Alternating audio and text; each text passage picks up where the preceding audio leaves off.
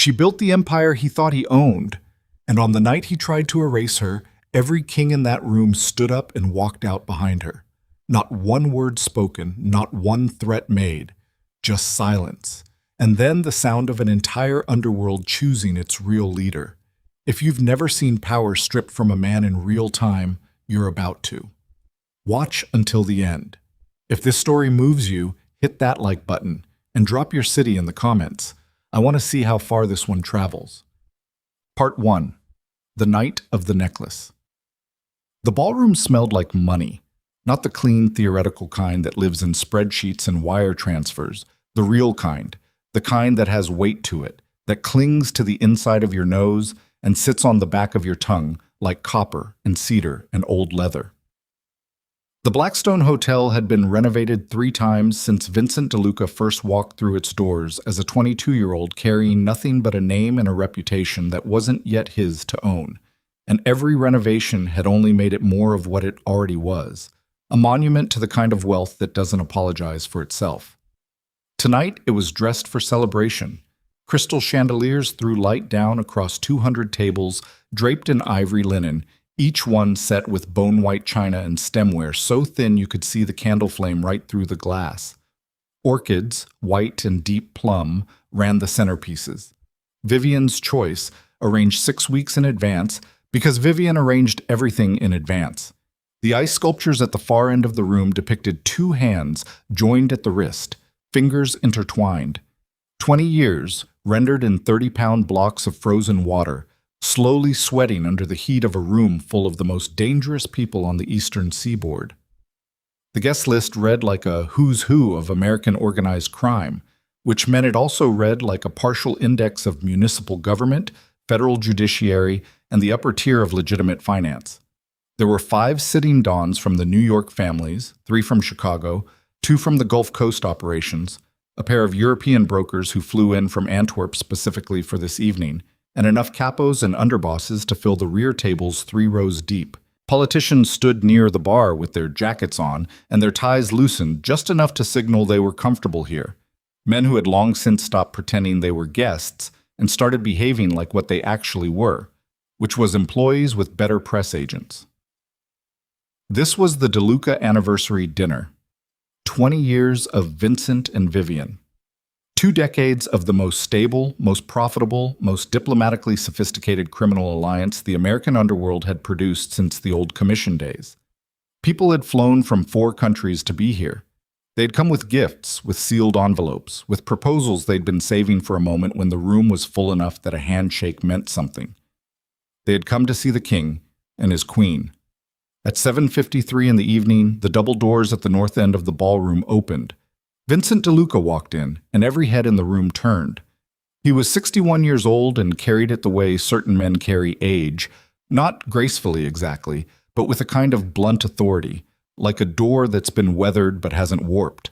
Silver at the temples, heavy through the shoulders, a jaw that looked like it had been poured from a mold designed for disapproval.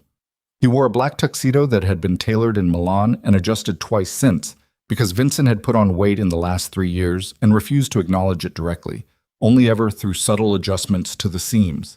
His cufflinks were platinum, his shoes were mirror polished. He walked the way men walk when they have never, not once in their adult lives, been uncertain whether a room belonged to them. He was not walking alone. The woman on his arm was not Vivian. It took the room approximately 4 seconds to process this.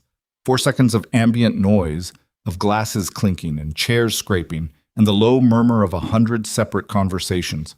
And then, like a power grid failing, it all went quiet.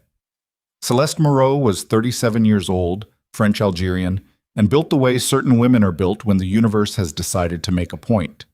Dark hair swept to one side and pinned with something that caught the light. A gown the color of deep burgundy that had no business being worn anywhere that also contained sitting dons, and a smile that had never once in its life been unsure of its own effect. She walked beside Vincent with her hand inside his elbow and her chin at an angle that communicated, without words and without effort, that she had been expecting this room all along. The dons looked at each other. The capos looked at the dons. The politicians looked at their drinks. The European brokers, who had flown in from Antwerp and therefore had the least context and the most objectivity, simply looked confused. Vivian DeLuca was not in the room. She was standing in the corridor outside the ballroom's east service entrance, 40 feet from the nearest human being, wearing a champagne-colored gown that she had chosen in February and a pair of earrings that had belonged to her grandmother. She had been standing there for approximately 3 minutes because she had been told, by her husband's personal assistant, a 26-year-old named Marcus, who had the misfortune of being both loyal to Vincent and fundamentally decent, that Vincent had asked her to wait, that he wanted to make an entrance first, that there was something he needed to address with the room before she came in. She had stood there because, in 20 years of marriage, she had learned to read the temperature of a situation the way a ship's navigator reads weather, not through dramatic signals, but through the accumulation of small pressures, small shifts in atmosphere, small variations in the behavior of people who were usually consistent. She had felt the temperature dropping for 6 weeks. She had known, in the way that women who have spent 2 decades in proximity to danger know things, that something was coming. She had simply not been certain it would be tonight. Marcus reappeared in the corridor doorway. His face was the color of old plaster, and he was not quite meeting her eyes, which told her everything she needed to know before he opened his mouth. "Mrs. DeLuca," he said. "Don't," she said. "He's asked me to tell you, Marcus." Her voice was level, not cold exactly, level. "Don't." He stopped. He was holding something, an envelope, cream-colored, sealed. He extended it toward her and then pulled his hand back slightly, as though he wasn't sure he had the right to give it to her, and equally wasn't sure he had the right to keep it. She took it from him. She did not open it. She looked at it for a moment, at the weight of it in her hand, and then she set it carefully on the service trolley that was parked against the corridor wall, between a rack of clean linens and a tray of untouched canapes. She smoothed the front of her gown with both hands. She reached up and touched her earrings, once, the way you touch something you want to remember. Then she walked through the service entrance into the ballroom. The room's attention was already fixed on the north end, where Vincent had begun to speak. He had a microphone. Someone had set up a small podium, which told Vivian this had been planned for at least several days, and his voice filled the room with the effortless amplification of a man who had been speaking in front of crowds since before most of the people in this room were born. 20 years, he said. 20 years of building something worth building. He was looking at Celeste when he said it. Vivian stopped walking. She was standing at the edge of the room, near the east wall, and she had a clear sight line to the podium, and to Vincent, and to the woman standing beside him with her hand resting on his forearm like she'd been there for years. "I've spent a long time," Vincent continued, "living according to arrangements that made sense at the time. Tonight, I'm done with arrangements." He reached into the inner pocket of his tuxedo jacket and removed a necklace. It was a spectacular piece. Vivian had seen the commission documents, had in fact reviewed the jeweler's sketches 6 months ago when Vincent had shown them to her as the planned anniversary gift, a cascade of diamonds and sapphires in a platinum setting that had taken 4 months to complete and cost more than most people's houses. She had thought at the time that it was the most extravagant gesture of affection he had ever made. She had thought, in the small, embarrassing part of herself that still believed in the arithmetic of long marriages, that it meant something about what they still were to each other. He held the necklace up so the room could see it. The chandeliers caught it and threw light in 40 directions. Then he turned and fastened it around Celeste Moreau's neck with the careful, deliberate attention of a man who wanted to be absolutely certain every person in the room understood exactly what he was doing. "Divorce papers will be delivered before sunrise," he said, still into the microphone. "This chapter is closed." The silence that followed was different from the silence that had greeted his entrance. That silence had been surprise. This silence was something else, denser, more loaded, the kind of silence that happens when a room full of people who have spent their lives calculating risk simultaneously recalculates every number they've ever trusted. Vivian DeLuca stood at the edge of the ballroom and felt, in the space of approximately 10 seconds, every emotion a person can feel at the end of 20 years.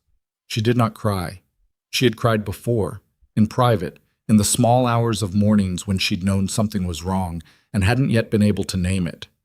That work was already done. What she felt now was something closer to the sensation of a structure that has been compromised finding its final configuration, a settling, a last small shift, and then stillness. She removed her wedding ring. It came off easily. She looked at it for a moment in her palm, platinum band, internally engraved, the date and the initials she had chosen herself at 28 years old when the world had looked like a different kind of place. Then she closed her fingers around it, opened them again, and set it on the nearest table with a sound that was almost nothing, a small, precise, unremarkable sound. She looked across the room at Vincent, who was watching her now. Every person in the room was watching her. She held his gaze for exactly as long as she needed to, not performing, not communicating a threat, just looking. The way you look at something you once chose to believe in and now do not. Then she turned and walked out. She did not walk quickly. She walked the way she always walked, which was with the particular unhurried composure of a woman who has never needed to convince anyone that she belonged anywhere. Her heels made a clean, even sound on the floor of the ballroom as she crossed toward the main entrance, and the sound did not waver and did not accelerate, and the room watched her go in the same suspended collective silence that falls over crowds at moments they will describe for the rest of their lives. She pushed through the main doors into the lobby. The lobby was warm and bright and empty of the event's crowd, and for a moment she stood in it and breathed. Just breathed, steady and deliberate, the way she had learned to breathe in the first years of her marriage, when breathing had been something she'd had to consciously choose. She was composing herself to walk to the car when she heard the doors behind her open again. She turned. Don Enzo Marchetti, 81 years old, white-haired, leaning on a cane he didn't technically need but carried as a kind of scepter, had come through the main ballroom doors. He crossed the lobby toward her and stopped 6 feet away and looked at her with the expression he reserved for situations that required no performance. He had known Vivian for 19 years. He had been at their wedding. He had shaken her hand in a room full of men who thought handshakes were for men, and he had meant it. "Vivian," he said. "Don Marchetti," she said. "You should go back inside."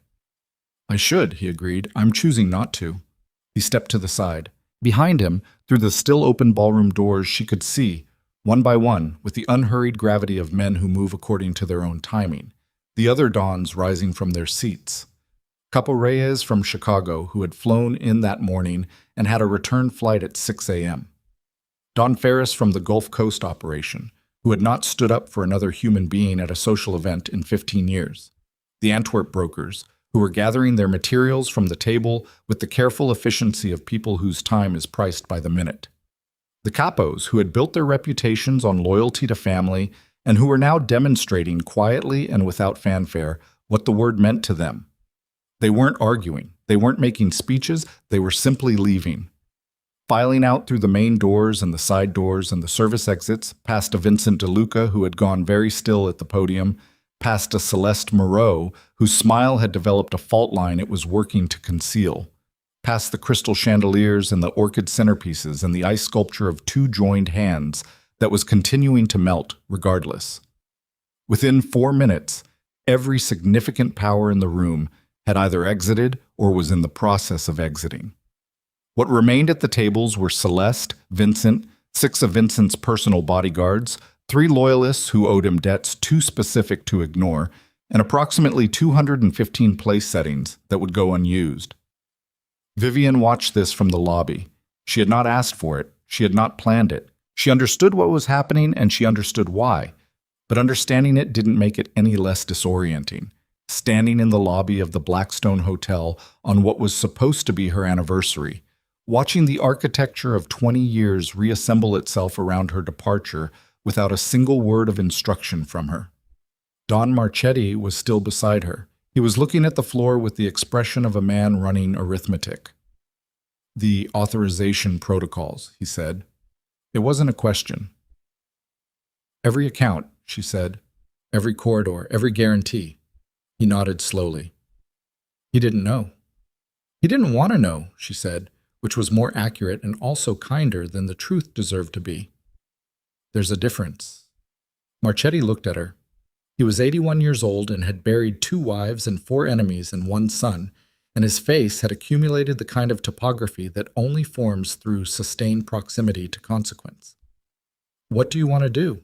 he asked. It was the right question. It was also the most loaded question anyone had asked her in 20 years, because for 20 years the answer had always been complicated by everything that surrounded it: the marriage, the position, the intricate web of obligations and protections and vulnerabilities that came with being who she was inside what she was inside. Now, standing in the lobby in a champagne-colored gown, with her wedding ring no longer on her finger, the question felt different.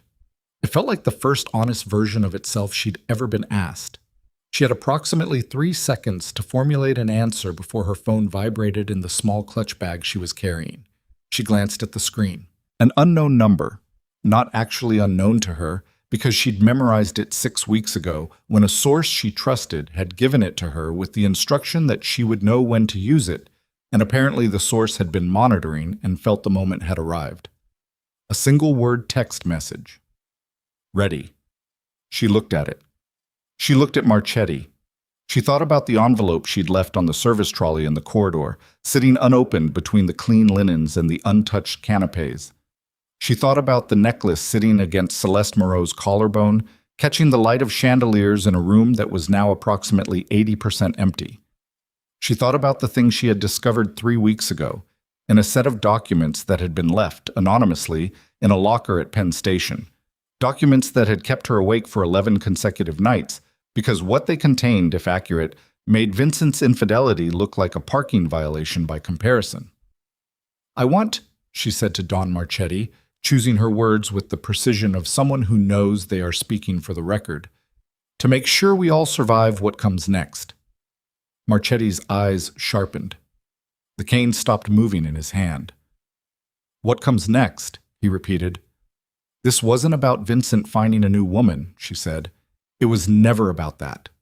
She looked back at the ballroom doors, at the diminishing sounds of a party that had been gutted from the inside. Someone needed the alliance broken. Someone needed the families in chaos. And they used him to do it. The lobby was quiet around them. Outside, through the glass of the hotel's front entrance, she could see the line of black cars beginning to move. Dons and brokers and power brokers folding themselves into vehicles, departing into a Manhattan night that had no idea how much had just changed inside one room. "Who?" Marchetti asked. She typed a single reply to the unknown number. "Confirmed. Proceed to secondary location." She dropped the phone back into her clutch and straightened her shoulders and looked at Don Enzo Marchetti with the expression she reserved for moments that required absolute clarity. "That," she said, "is what I need to show you." She walked toward the exit. After a half-second pause that contained an entire recalibration, Marchetti followed. Behind them, the Blackstone Hotel's grand ballroom was quiet except for the sound of Vincent DeLuca's voice, rising now with the beginning of panic, calling for people who had already decided not to answer. And somewhere in the lobby's ambient silence, if you knew how to listen for it, and Vivian DeLuca had spent 20 years learning how to listen for it, you could hear the exact moment an empire changed hands. Not with a gunshot, not with a declaration, with the sound of a woman's heels on marble, walking out a door, and every person who mattered in that world quietly, deliberately, choosing to follow. The secondary location was a townhouse on West 74th Street that didn't exist in any record connected to Vivian DeLuca's name. It existed instead in the name of a property management company registered in Delaware, which was owned by a holding company registered in the Cayman Islands, which listed as its sole director a woman named Elena Vasquez, who had died in 2019 and whose identity Vivian had maintained with meticulous legal precision for 6 years because she had understood, early and clearly, that the day might come when she needed a room that Vincent could not find. That day was tonight. The townhouse was 4 stories, narrow-fronted, unremarkable from the street. The kind of building that Manhattan produces by the hundreds, brown brick and a steel door and window boxes that someone tended twice a year to maintain the appearance of ordinary habitation. Inside, the first 2 floors were staged as a residence, furniture, artwork, a kitchen with food in the refrigerator. The 3rd floor was something else. Servers, monitors, a communications array that had cost more than the property itself, and a conference table that seated 12, currently occupied by 7 people who had been waiting for exactly this moment for varying lengths of time. Vivian walked in at 9:47 p.m. She was still in the champagne gown. She hadn't had time to change, and she wasn't going to pretend she had, because the people in this room had all been watching the feeds from the Blackstone's lobby cameras for the last 40 minutes, and they had seen exactly what happened, and the gown was not the relevant information. Don Marchetti came in behind her. He stopped in the doorway and looked at the room. The monitors, the servers, the 7 people who were not surprised to see him but were clearly calculating what his presence meant. And he made the particular sound that old men make when the world turns out to be larger than they'd mapped it. "Sit down, Enzo," Vivian said. She was already moving to the head of the table. "You've had this for how long?" he asked. "Long enough." "That's not an answer. It's the only one that matters right now." She pulled out the chair at the head of the table, not the power gesture, just the efficient one, the chair closest to the primary monitor, and sat down and looked at the 7 people and said, "Where are we?" The man directly to her left was named Thomas Geary. He was 54, former federal telecommunications analyst, and had been working for Vivian for 3 years under a consulting arrangement that his former colleagues at the Bureau would have found professionally interesting. He had a face like a topographic map, and a voice like he was always slightly out of breath, which was a physical condition and not anxiety, though the distinction had ceased to matter. Volkov's primary team crossed into the financial district at 9:15, Geary said. He pulled up a map on the central monitor, 12 red markers moving in a loose pattern. They're not positioned yet, still in the staging phase. How long until positioning? 40 minutes, maybe less. And our people?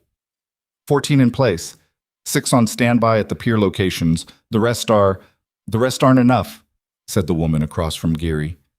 Her name was Soo-Jin Park. She was 41 years old, Korean-American, and had spent 8 years as a risk analyst for one of the 3 families that Vivian had quietly kept in her orbit for the last decade, without Vincent ever understanding why she spent so much time on what he called administrative relationships. Soo-Jin's specialty was threat modeling, which meant she thought about catastrophe the way other people thought about grocery lists. Systematically, without sentiment, always in sequence. "We're 14 against 12 confirmed Volkov operatives," Soo-Jin said, "with an unconfirmed secondary unit that the intercepts suggested but haven't located. If we move on the financial positions without knowing where the second unit is, we're leaving the peer network undefended during a 12-minute window." "I know," Vivian said. "The peer network is—" "I know what the peer network is, Soo-Jin." Not sharp, flat. The tone of a person who has already run this calculation 16 times and needs the room to move past it. "That's why we need the Dons." Marchetti, who had finally sat down at the far end of the table, looked up. "You want to brief them tonight?" "I want to brief them in the next 90 minutes. "Vivian." He set his cane against the table's edge. "These men just watched Vincent DeLuca publicly humiliate his wife on their anniversary. They're in their cars. They're calling their people. They're in damage control mode. They're going to be in a lot worse mode," Vivian said, "when I show them what Celeste Moreau has been feeding to the Volkov syndicate for the last 2 years. The room went quiet. Not the way rooms go quiet when something dramatic is said. The way rooms go quiet when something that has been theoretical for a long time stops being theoretical. Geary was the first to recover. "You want to tell us exactly how you're planning to prove that in the next 90 minutes? "I've been planning to prove it for 6 weeks, Vivian said. "I just needed tonight to happen first." She reached across the table and pulled a manila folder from the stack that Geary had prepared and slid it to Marchetti. He opened it. She watched his face as he read, watched the careful, neutral expression he maintained for the first page, the slight tension in his jaw on the second, and on the third page, the moment his hands went still on the paper and he stopped pretending this was information he could process calmly. "This is from her accounts," he said, "a routing chain through 4 intermediaries. The final deposit landing in an account registered to a shell company that Volkov uses for operational payments. How did you get this?" "That's not the question you should be asking." He looked at her over the top of the folder. "Vivian, the question you should be asking," she said, is how long Celeste has been in that room, in our rooms, in the meeting at the Chicago summit last March that narrowed down the list of people who knew about the harbor expansion, in the conversation at Don Ferris's estate in April where we discussed the contingency routes. She paused. Let it land. Every piece of operational intelligence that the Volkov Syndicate has moved on in the last 18 months lines up with a meeting that Celeste was present for. Marchetti set the folder down on the table and looked at it for a long moment without speaking. Outside, through the narrow windows, Manhattan continued its indifferent noise. Sirens somewhere, the pulse of traffic, the accumulated sound of 9 million people who had no idea that the architecture of the city's shadow government was being reorganized in a townhouse on West 74th Street.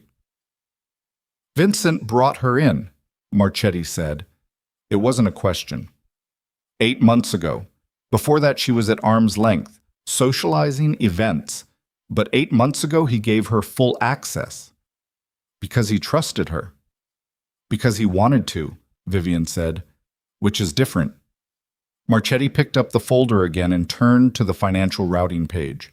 He had been in this world for 50 years. He had survived 3 federal investigations, 2 wars between families, and 1 attempt on his life that he still didn't discuss in detail. He was not a man who frightened easily or dramatically, but his hands, turning the pages of that folder, had a quality of care that communicated something deeper than fear. The quality of a man handling evidence of his own near destruction. He was manipulated, Marchetti said finally. Comprehensively, Vivian said.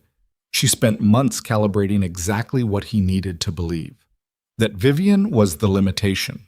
That the alliance was only as strong as it was because of him. That if he stepped out from under the old structure, he'd finally have what he'd spent 20 years earning. She said it without heat. It was simply the architecture of what had happened. She made him feel like I was the ceiling. He was ready to believe it. Across the table, Sujin was watching this exchange with the expression of someone running simultaneous calculations. She needed him to pull the trigger tonight, Sujin said, publicly, in front of everyone.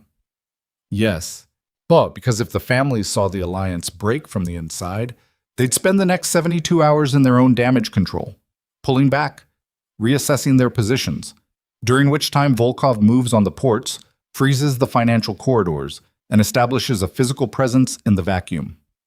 Vivian looked at the central monitor, at the 12 red markers that were still moving, still staging. A continental mafia war, not because anyone wanted one, because someone engineered the conditions and then removed the person who could prevent it. The room processed this. Geary's fingers were moving on the keyboard in front of him, running intercepts, she knew, pulling thread ends.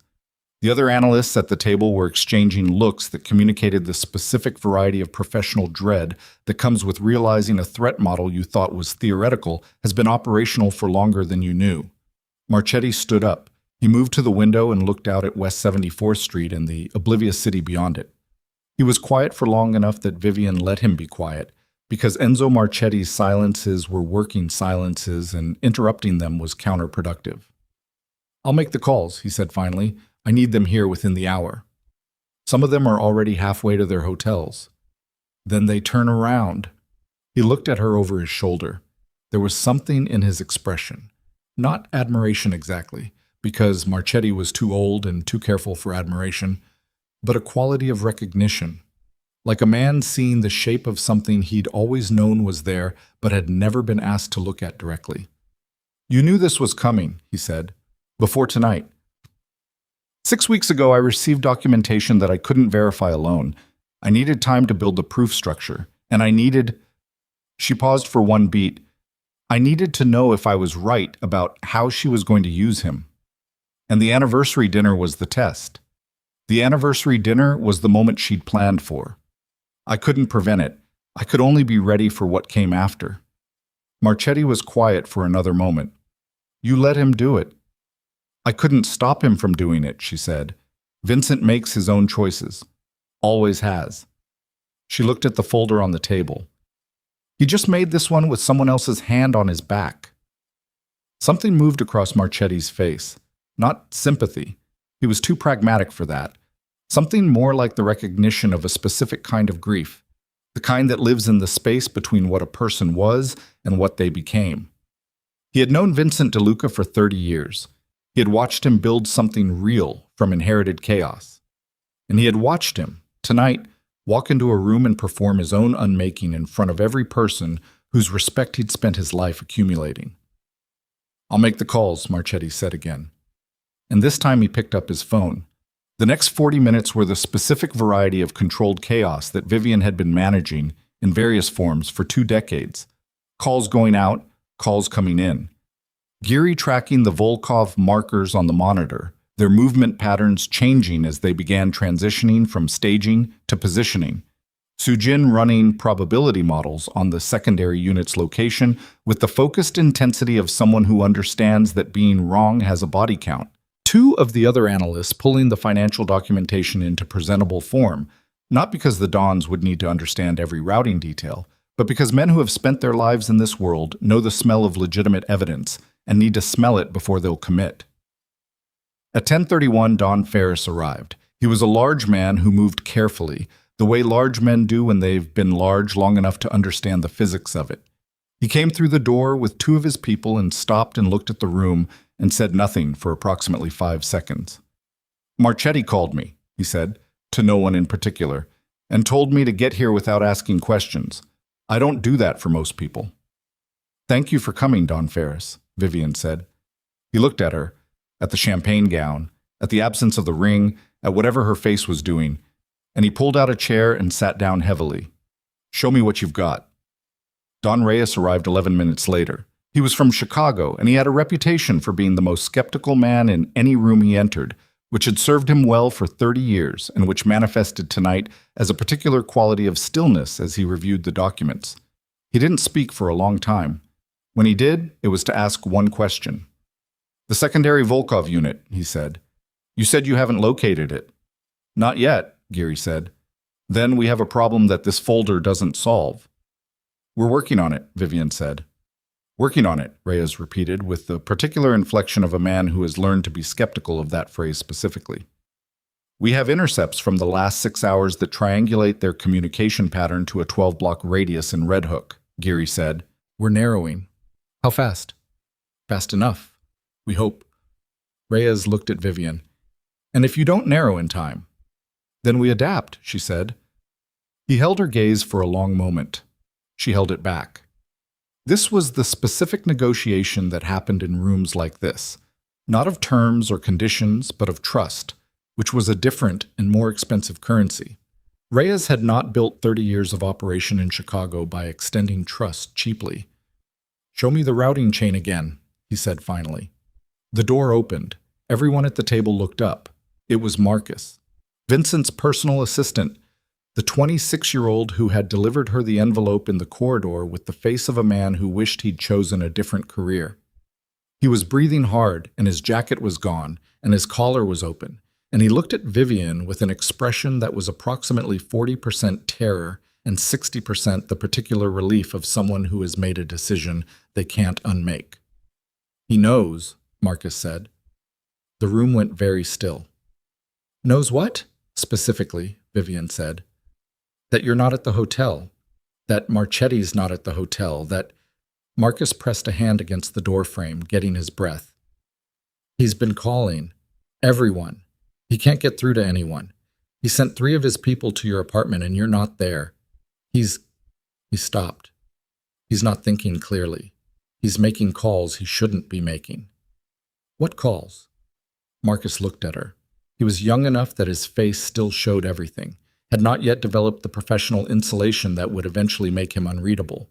Right now it showed the specific expression of a person about to say something that will change the room's temperature. "He called Dmitry Volkov," Marcus said. 40 minutes ago, he asked for a meeting." Nobody moved. The monitors hummed. Somewhere in the server stack, a cooling fan cycled up and then down. Geary's hands had stopped on his keyboard. Sujin had gone very still with a pen in her hand, not writing. Vivian looked at the central monitor. At the 12 red markers, now mostly stationary, positioned, she registered. They had finished staging. They were in place. "He called Volkov," she said. "He's trying to rebuild," Marcus said. "He thinks He told someone on the phone. I heard it. He thinks Volkov can replace what he lost tonight. The accounts, the corridors, the... He stopped again. He doesn't know. He genuinely doesn't know what Celeste is. Vivian sat very still for 3 seconds. She was running, in the space of those 3 seconds, a calculation that was not really a calculation, but a reckoning. The moment when the scenario you've been modeling collides with the scenario that's actually happening, and you have to determine whether they're the same scenario or two different ones that are about to intersect catastrophically. If Volkov agrees to the meeting, Sujin said from across the table, with the precise flat voice of someone delivering a threat model, then Vincent walks into a room with the people who've been running an asset inside his organization for 2 years.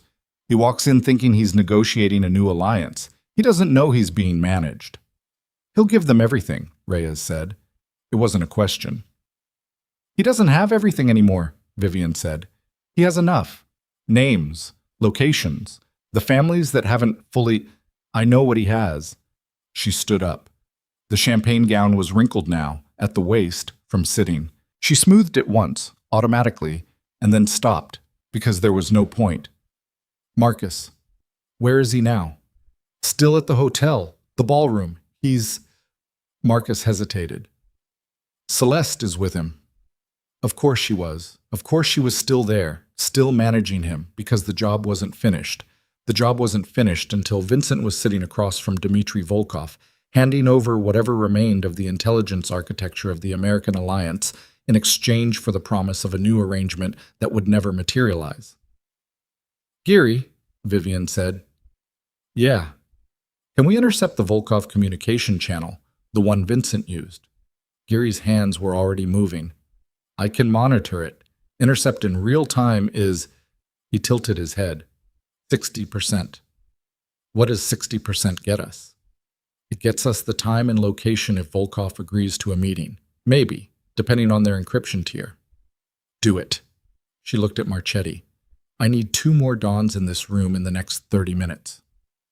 I'll get them. And I need someone to go to the Blackstone. She looked at Marcus. He straightened slightly, which was the particular physical grammar of someone who has just understood what they're being asked. Not to confront him, not to warn him. I need eyes. I need to know the moment he leaves that building, where he goes, and who goes with him. Marcus nodded. He was already reaching for his phone. Marcus? He looked at her. Don't let Celeste see you. He left. The door closed behind him. The room returned to its specific controlled frequency. The hum of the monitors, the tap of Geary's keys, the sound of Marchetti speaking quietly into his phone in a corner of the room, calling in debts that were older than most people in the building. Sujin looked at Vivian from across the table. If Vincent walks into that meeting before we've neutralized the Volkov operation, she said, we lose the element of surprise. They'll know we're aware of the secondary unit. They'll reposition. The 12-minute window at the peer network becomes... I know, Vivian said. Then we need to move before he gets there, which means we move before we've located the secondary unit. I know, which means the peer network. Sujin. The room was quiet. I know every consequence. I've known them for 6 weeks. She looked at the monitor. The 12 red markers, stationary, waiting. We're not leaving the peer network exposed. We're not moving without the secondary unit location. And we are not letting Vincent walk into that room. She paused, which means we need to do 3 things simultaneously that we currently have the resources to do 2 of. The room sat with that for a moment. Then Don Ferris, who had been largely quiet since arriving and reviewing the documents, set his large hands flat on the table. He looked at them, then at Vivian. What's the 3rd thing need? He said. She looked at him. Bodies. Peer locations. 6 of yours, if you can spare them. He considered this for exactly 4 seconds. Then he took out his phone and made a call in a language that wasn't English, brief and direct. Done, he said. Reyes was already looking at his own phone. I've got 3 people in the city. They're yours. Something shifted in the room. Not dramatically, not with ceremony, but with the particular weight of a tide changing. The acknowledgement, unspoken but unanimous, that the center of gravity in this situation was not a man at a podium in a hotel ballroom. Had not been perhaps for longer than any of them had consciously recognized. At 11:04 p.m., Geary's monitor produced a sound, a soft alert tone, the kind specifically programmed not to alarm but to notify. And Geary leaned forward and read the intercept that had just resolved on his screen. Volkov responded, he said. Everyone looked at him. Meeting confirmed, Geary said. Time and location. He looked up. His face had a quality that was not quite fear but was adjacent to it, the expression of someone watching a countdown that is moving faster than anticipated. Harbor Warehouse, Red Hook. He paused. Midnight. The room absorbed this. Red Hook. The 12-block radius where Geary had been trying to locate the secondary unit. The warehouse district, all industrial silence and water, and the smell of the port at night. The location that Volkov had chosen. Not randomly, not for convenience. Vivian looked at the monitor, at the red markers, and she understood in the way you understand things when the architecture of a situation finally resolves from noise into signal. Volkov hadn't staged their secondary unit separately. They had staged it at the meeting location.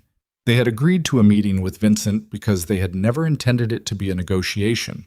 They intended it to be a consolidation, one final move in an operation that had been running for 2 years, designed to neutralize the last significant piece of the American alliance's leadership and remove the one remaining obstacle to their complete operational expansion. The secondary unit wasn't missing. It had been at the warehouse all along. And now Vincent DeLuca, who had publicly destroyed his own alliance, who had called the enemy in desperation, who had walked into the most sophisticated manipulation of his life without ever seeing the ground beneath his feet. Vincent was going to that warehouse at midnight with whatever remained of his personal security team, believing he was negotiating his comeback. How long to reposition our teams to Red Hook? Vivian said. 45 minutes minimum, Sujin said, from current positions. That leaves us 15 minutes of operational buffer before midnight. If nothing changes? Things always change. She looked at the table, at the documents, at the monitors, at the people around her who had been waiting for the moment when the work became real. Get everyone moving, now. She looked at Marchetti. I need the remaining Dons briefed in the cars. Can you do that? I can do that. Then we're not waiting for them to come here. She was already moving toward the door. We go to them. She stopped with her hand on the doorframe and looked back at the room, at Geary already talking into a headset, at Sujin pulling up the Red Hook Pier layout on the secondary monitor, at Don Ferris standing with his phone at his ear, and the heavy, purposeful energy of a man who has remembered that he was built for exactly this. Her champagne gown, she noted absently, was going to be completely ruined by the end of the night. She found she did not care even slightly. One more thing, she said. The room paused. Nobody touches Vincent, she said. Whatever happens at that warehouse, he does not get touched. Ferris looked at her. He walked into their operation voluntarily. He was manipulated into it, she said. There's a difference, and I need everyone in this room to understand that the difference matters. She held the room for one more beat. He made his choices tonight, every one of them, but what happens to him next? That's mine to decide, not Volkov's. Nobody argued. Nobody agreed out loud, but the room received it. The specific instruction that communicated not sentiment, but jurisdiction. She walked out the door and into the narrow stairwell and down toward the ground floor, and as she descended, she could hear above her the machinery of the operation beginning to move. Voices, footsteps, the clean, urgent sounds of people converting preparation into action. Somewhere across Manhattan, in a hotel ballroom that smelled like abandoned celebration, a man who had spent 30 years building an empire was about to walk into a room he had no idea was a trap. And in a harbor warehouse in Red Hook, with the East River cold and black at its back, and a midnight deadline ticking down like a clock that had been running for 2 years, the final configuration of the worst night in the history of the American underworld was assembling itself into place.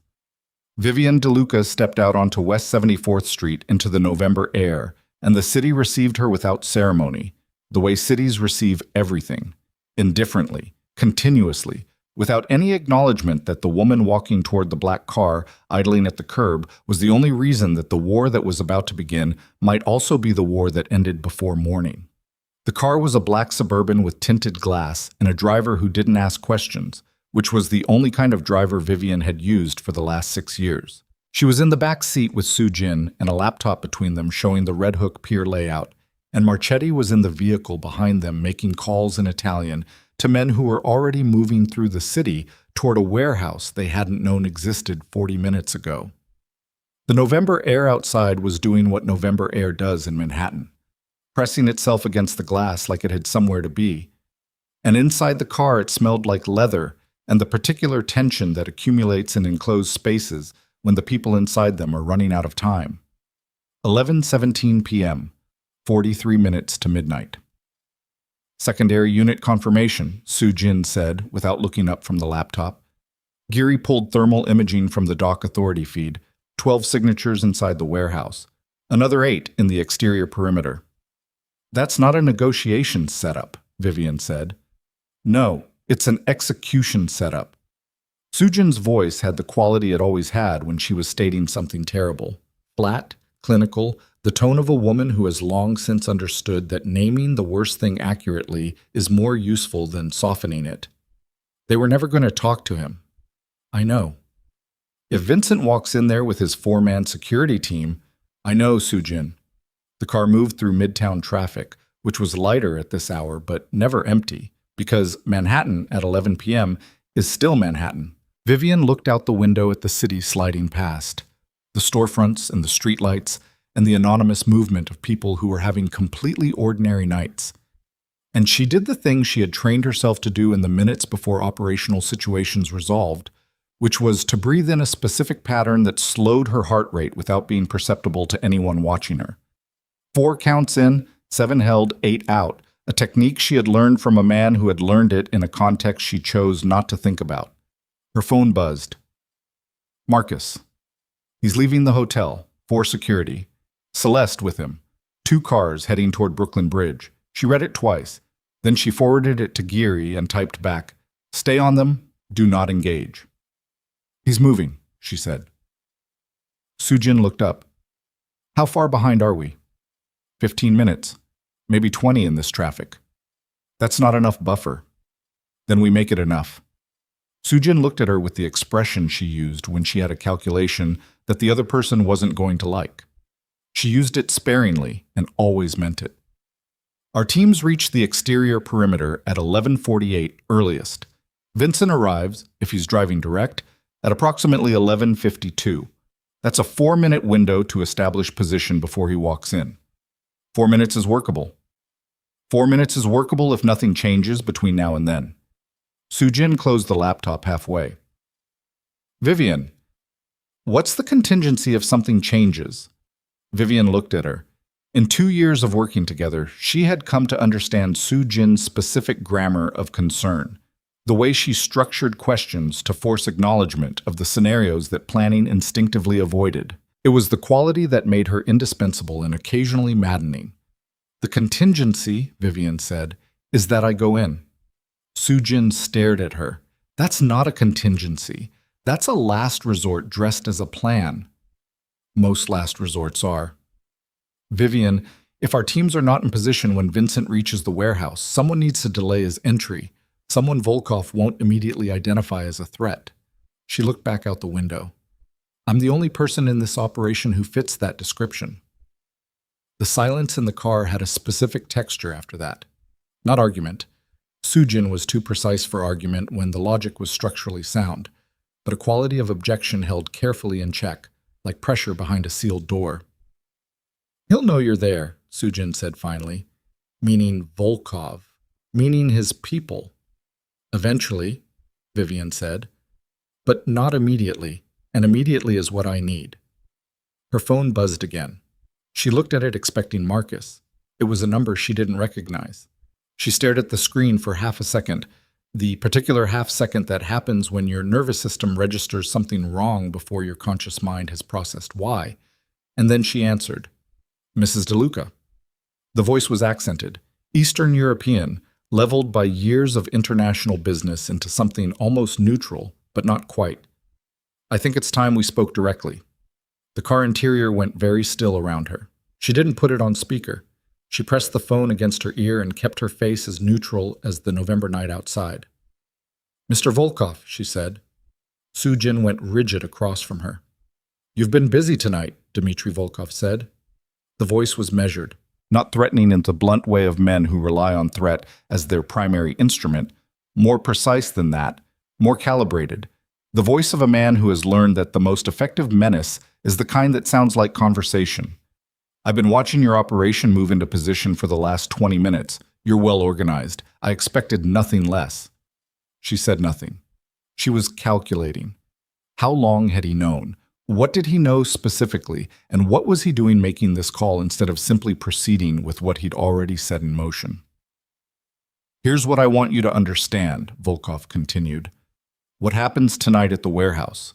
That proceeds regardless of your team's positioning. You can have 40 people on that perimeter, and it changes the calculus, but it doesn't change the outcome. What I'm offering you right now, by making this call, is a conversation about the terms of what comes after." "There's nothing to discuss," she said. "I disagree." A pause. She could hear ambient noise behind him. Indoor, controlled, not the warehouse. He was somewhere else. "You've built something genuinely impressive, Mrs. DeLuca. The authorization infrastructure, the diplomatic architecture, 2 decades of careful, patient construction that your husband never fully understood and never properly credited. I understand it. I've spent 2 years studying it." Another pause. "I'd rather acquire it than destroy it." "You're not going to acquire it." "That depends very much on what you decide in the next—" And here he stopped, and she heard something on his end, a voice, brief and indistinct, and then he said, "In the next few minutes." Something about that pause was wrong. The interruption, the quality of it, the way it had landed not as an external disruption, but as something he'd been waiting for. Her phone buzzed against her cheek. A second call, incoming. She pulled the phone away and looked at the screen. "Geary," she told Volkov. "Hold." She switched lines. "Tell me," she said. Geary's voice had the specific tonality of someone delivering information they wish they weren't delivering. "We have a problem." "Define it." "The outer team. The 6 people from Ferris, the 3 from Reyes. They checked in at 11:09 for their positioning assignments." A half-second pause that contained everything. "They haven't checked in since." Vivian felt something shift in the base of her stomach. Not panic. She had trained panic out of herself through years of sustained proximity to situations that warranted it. Something colder than panic, more fundamental. What does that mean? "It means 9 people went dark simultaneously 14 minutes ago, and I can't raise any of them on any channel." Geary's breathing was slightly audible now. "Vivian," someone knew they were moving. She switched back to Volkov. "How long have you had someone inside my operation?" she said. The pause that followed was brief enough to be genuine and long enough to confirm the answer. "Long enough," he said. And the echo of her own words from earlier in the evening, long enough, the answer she'd given Marchetti when he asked how long she'd had the townhouse, landed on her with the specific weight of something being used against her with precision. She ended the call. The car was silent. Sujin was staring at her. Outside, the Manhattan Bridge was visible ahead, the Brooklyn-bound lanes, the black water of the East River below, reflecting the city's light in broken patterns. "Someone knew our teams were moving," Vivian said. Sujin's face did something complex. "That's not possible. The only people who knew the positioning assignments were—" "People in that room," Vivian said, "on West 74th Street. The silence between them was the kind that happens when 2 people simultaneously arrive at an implication they both need to be wrong about." "Geary sent the assignments," Sujin said carefully. "Geary, and whoever Geary sent them through, he uses an encrypted relay that someone apparently has access to." Vivian looked out the window at the bridge. They were crossing it now, the city falling behind them, Brooklyn rising ahead in the specific darkness of industrial waterfront at night. Or someone in that room made a call between 11:09 and now that they shouldn't have made. Sujin was quiet for a moment. She was running names. Vivian could see it in the quality of her stillness, the particular internal motion of a precise mind recataloguing everything it thought it knew. Ferris's people? Sujin said slowly. Or Reyes. Or someone who knew which people Ferris and Reyes would send. That would require… Sujin stopped. She looked at Vivian. Her face had gone very still. That would require knowing which assets each Dawn would deploy in a situation like this. Yes. Which is operational intelligence. Internal to each family. Yes. Which Celeste would have had access to if she was present at the right meetings. Sujin paused. But Celeste has been with Vincent since the hotel. She couldn't have… She doesn't need to be the one making the calls, Vivian said. She just needed to have set it up in advance. A contingency for the contingency. She looked at the dark water below the bridge. She planned for me responding tonight. She planned for what I'd do when the families walked out of that ballroom. She planned for this. The full architecture of it assembled itself in Vivian's mind in the space of approximately 10 seconds, and it was more impressive and more terrible than what she'd been working against for the last 6 weeks. She had understood that Celeste was sophisticated. She had not fully accounted for the depth of the operational preparation, not just the long game with Vincent, not just the financial routing, but the anticipation of Vivian's own response, the counter-strategy, the mirror. Someone had spent 2 years not just manipulating Vincent DeLuca, but modeling Vivian DeLuca, learning her patterns, understanding how she'd respond to a crisis, what resources she'd mobilize, who she'd call, and then positioning assets to neutralize those resources before they could be deployed. The 9 people who had gone dark were not compromised.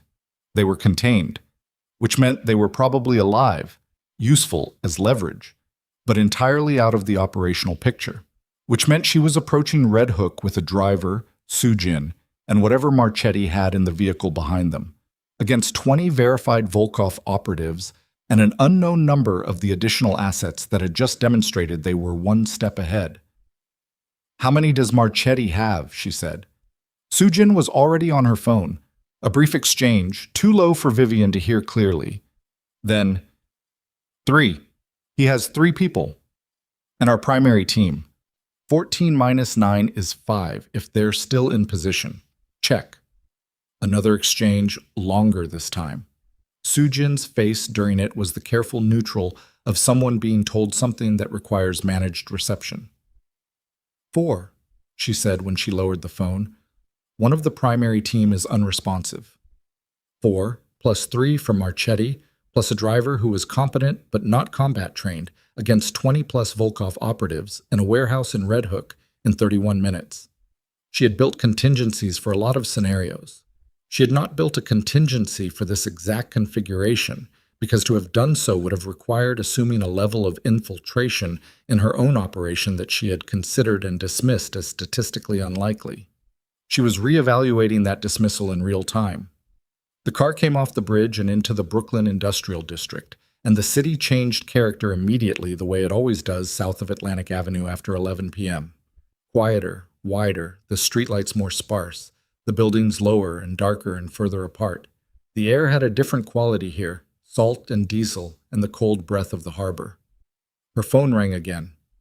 She looked at the screen. Marcus. She answered. He stopped, Marcus said. His voice was tight in a way it hadn't been before. The cars stopped, about 6 blocks from the warehouse.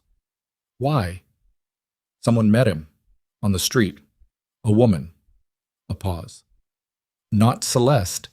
Someone I don't recognize. She handed him something, an envelope, I think, and he read it, and now he's… Marcus stopped. Vivian, he's getting back in the car, but he's turned around. He's heading back toward the bridge. She processed this for 2 seconds. Someone redirected him. Looks like it, but not his own people. They look as confused as I do. Stay on him. She ended the call and looked at Sujin. Vincent's been pulled back from the warehouse. Sujin stared at her. By who? Someone we don't know about yet. She felt the implication of it like a physical thing, the weight of an unknown variable in a calculation she'd thought she had bounded. Volkov redirected him. Why would Volkov redirect him? He had him walking into, because Volkov doesn't need Vincent anymore. She heard it as she said it, the logic assembling with the specific cold clarity of something that has been true for a while and has only just become visible. He called me tonight, directly, offering terms. He's not trying to use Vincent as a bargaining chip in a negotiation with the families. He's using Vincent as leverage in a negotiation with me. The car stopped. They had reached the perimeter of the Red Hook warehouse district, and the driver had killed the headlights as instructed and was idling in the shadow of a loading facility with a clear sightline to the main warehouse approach. Ahead, 300 meters, the warehouse sat against the waterfront, large, dark, industrial, with the specific blankness of buildings that are not supposed to attract attention. Marchetti's car pulled alongside. His window went down. He looked at her. "Tell me," he said. She told him. She did it in 4 sentences because 4 sentences was all the time they had. His face went through several things during those 4 sentences, ending on an expression that was not fear and not anger, but a species of exhausted clarity, the look of a man who has lived long enough to have been surprised before and has learned to receive surprises as data. "So we're under-resourced, compromised, and the target has been moved," he said. "Yes. And Volkov is on the phone making offers because he thinks he has enough leverage to negotiate." "He may be right." Marchetti was quiet for a moment. "What does he want?" "He wants the authorization infrastructure," she said.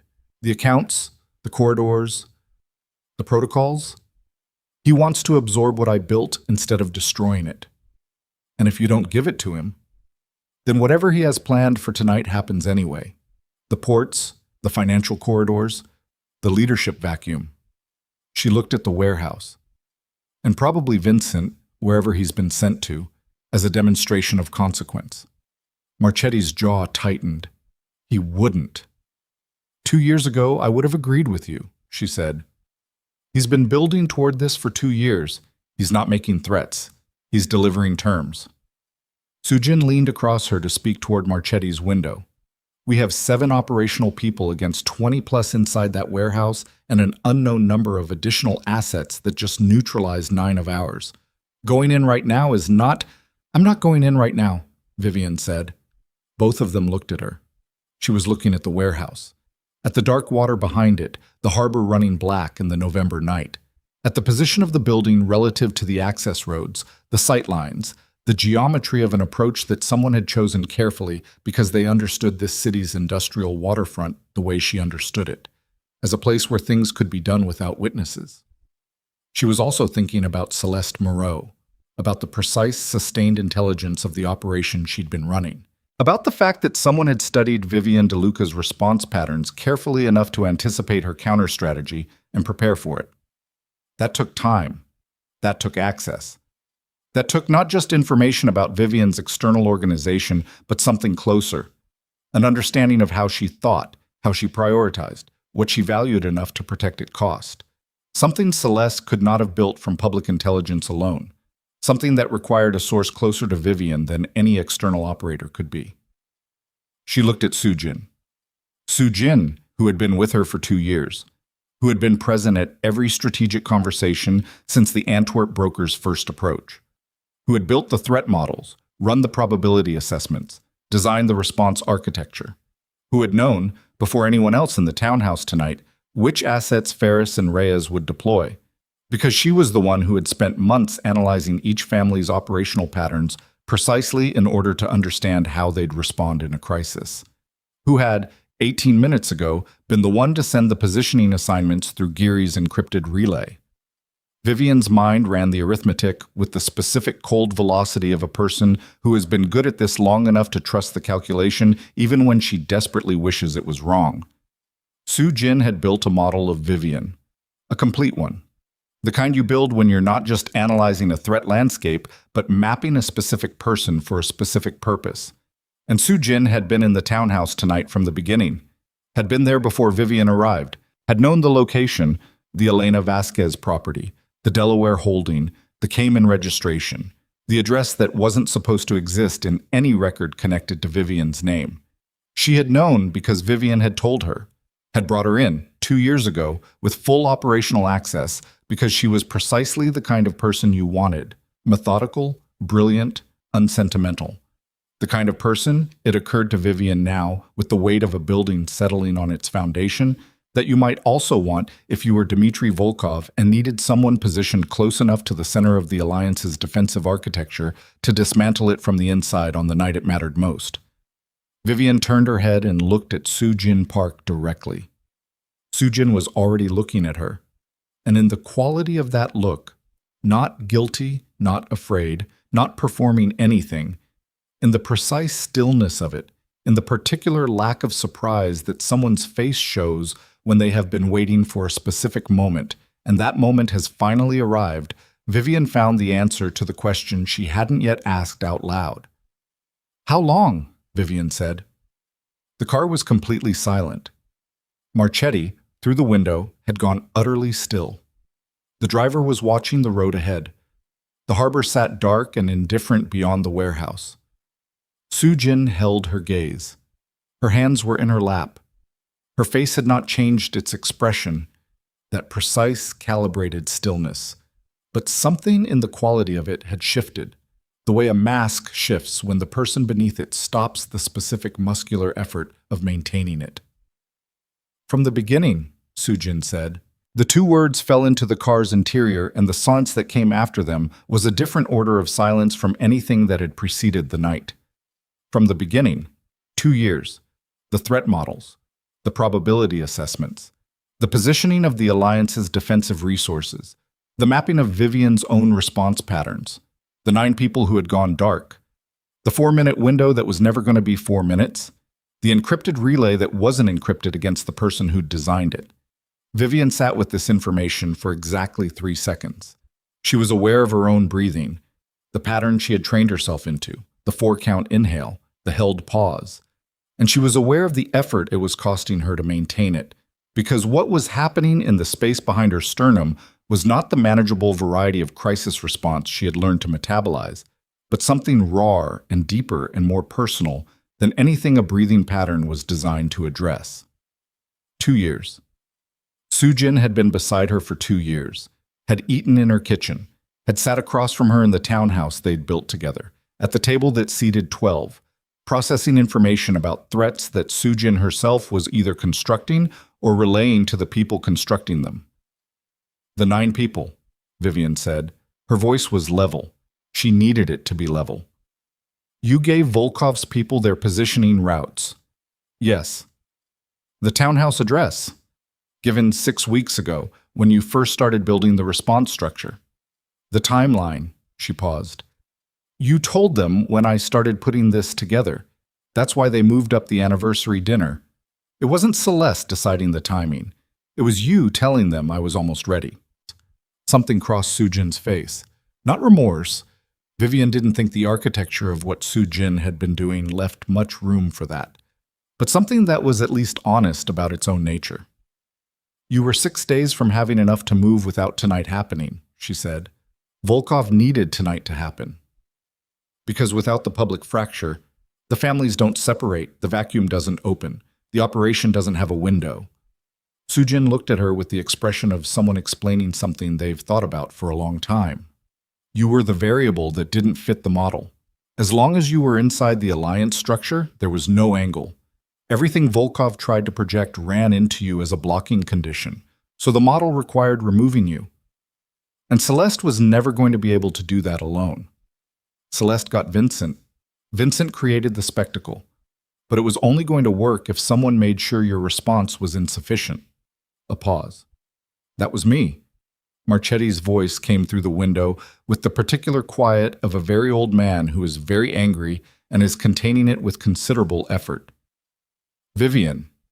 She didn't look at him. She was looking at Soo-jin.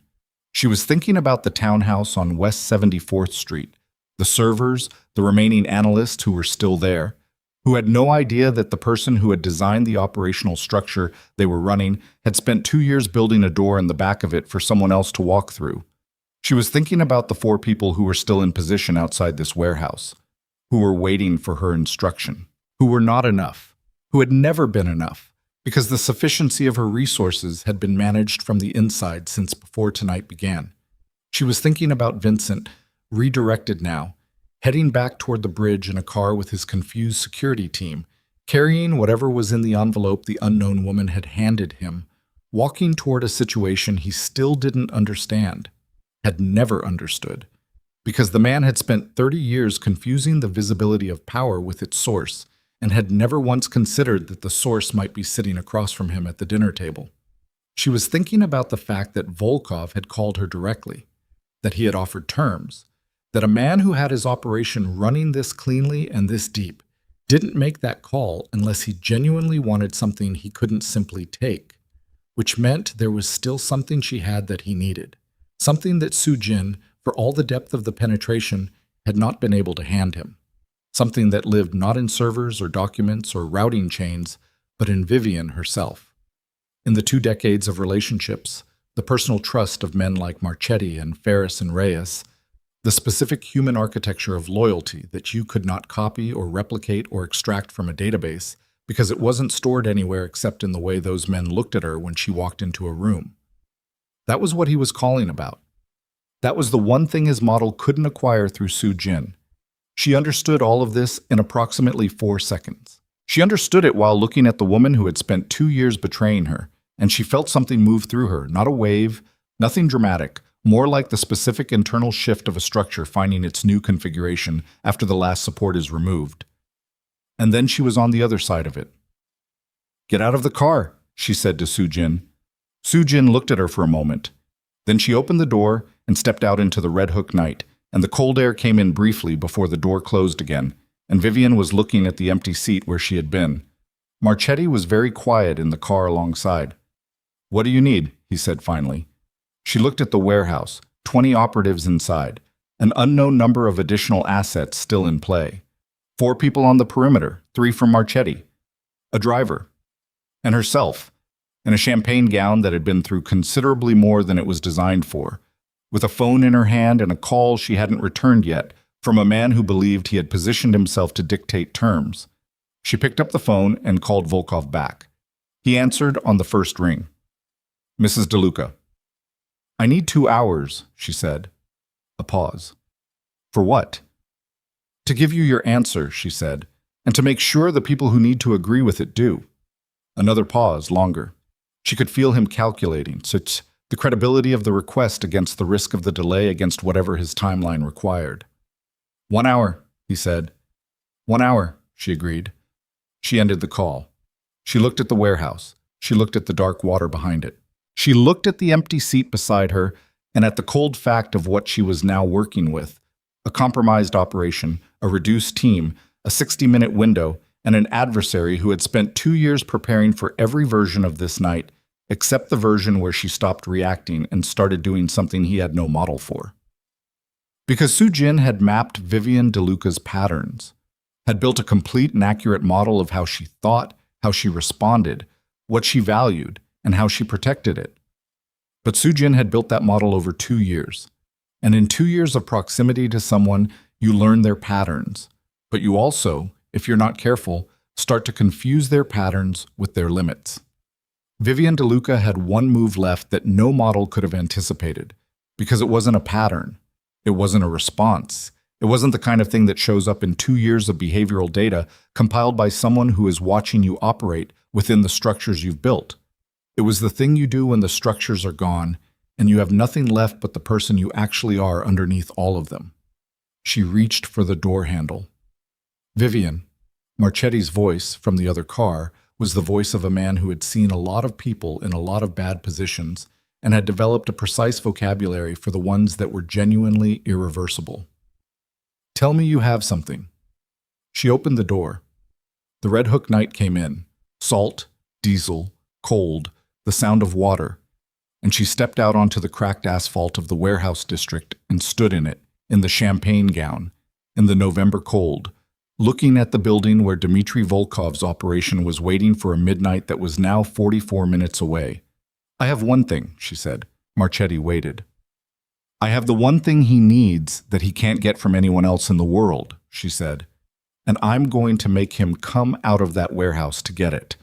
She walked toward the warehouse, not running, not crouching in the shadow of the loading bays the way the movies would have it. Walking. The same walk she had used to cross the ballroom floor 3 hours ago, when every powerful person in the American underworld was watching her leave a marriage in real time. Steady, deliberate, the heels of her shoes finding the cracked asphalt of the Red Hook waterfront with the same clean precision they had found the marble of the Blackstone Hotel. The champagne gown was wrong for this environment in every practical sense, and she was aware of that, and she had already decided it didn't matter, because the point was not concealment. The point was exactly the opposite. Behind her, Marchetti said her name once. She didn't stop. The warehouse was 300 meters ahead, dark at the exterior except for 2 lights above the loading dock doors, yellow, orange, and industrial, the kind of lighting that exists not to illuminate, but to delineate. The water behind it was black and moving, the harbor doing what harbors do regardless of what happens on their banks. She could smell it from here, salt and diesel and the cold metal smell of the East River in November, a smell that had no sentiment attached to it whatsoever. At 200 meters, a figure stepped out of the shadow beside a parked freight container and pointed something at her. She stopped walking. She raised both hands to shoulder height, not in surrender, in visibility. She wanted to be seen clearly. "Tell Volkov his appointment moved up," she said. The figure didn't move for 3 seconds. Then a radio crackled, too low for her to hear the words. And after a pause of approximately 8 seconds, long enough for a message to go in and a decision to come back out, the figure stepped aside. She put her hands down and kept walking. The loading dock doors were steel, industrial, padlocked from the outside in a way that communicated this building was not supposed to be occupied tonight. The padlock was open, hanging through the hasp. She pushed the door, and it moved on heavy hinges, the specific sound of large metal things that are used infrequently, and she walked through into the warehouse interior. The smell hit first. Warehouses in Red Hook smell like their history. Decades of cargo, of salt water seeping through the floors, of diesel from the forklifts, and the chemical residue of whatever had been stored and moved through this space across however many years of port operation. This one had been out of active use for at least 2 years, based on the quality of the accumulated grime on the floor and the particular staleness of the air, which had the density of a space that hasn't been properly ventilated in a long time. The interior was large, 40 meters deep, maybe 25 wide, ceiling at 7 meters with steel crossbeams and industrial lighting that was currently off except for 4 portable work lights positioned near the center of the space, creating an island of yellow illumination in the surrounding dark. The work lights were the kind construction crews use, heavy duty, on tripod stands, and they threw hard shadows in every direction, which meant that the figures standing in the lit area were visible, and the figures in the perimeter dark were not. She counted the perimeter figures by sound and movement rather than sight. The slight shift of weight, the exhale, the barely audible creak of tactical footwear on concrete. 8, she estimated. Probably more, consistent with what Geary's thermal had shown. In the lit center of the warehouse, 3 people were waiting for her. Dmitry Volkov was not what she had expected, which was itself a kind of information. She had built a mental image across 6 weeks of documentation. She had imagined someone physically imposing, the kind of man whose body communicated threat as its primary language.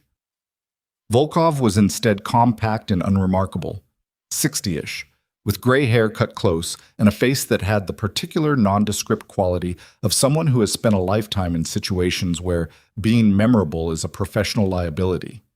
He was wearing a dark coat over a dark suit and standing with his hands at his sides, which was the posture of a man who has not needed to perform dominance in a very long time because the people around him already understand the situation.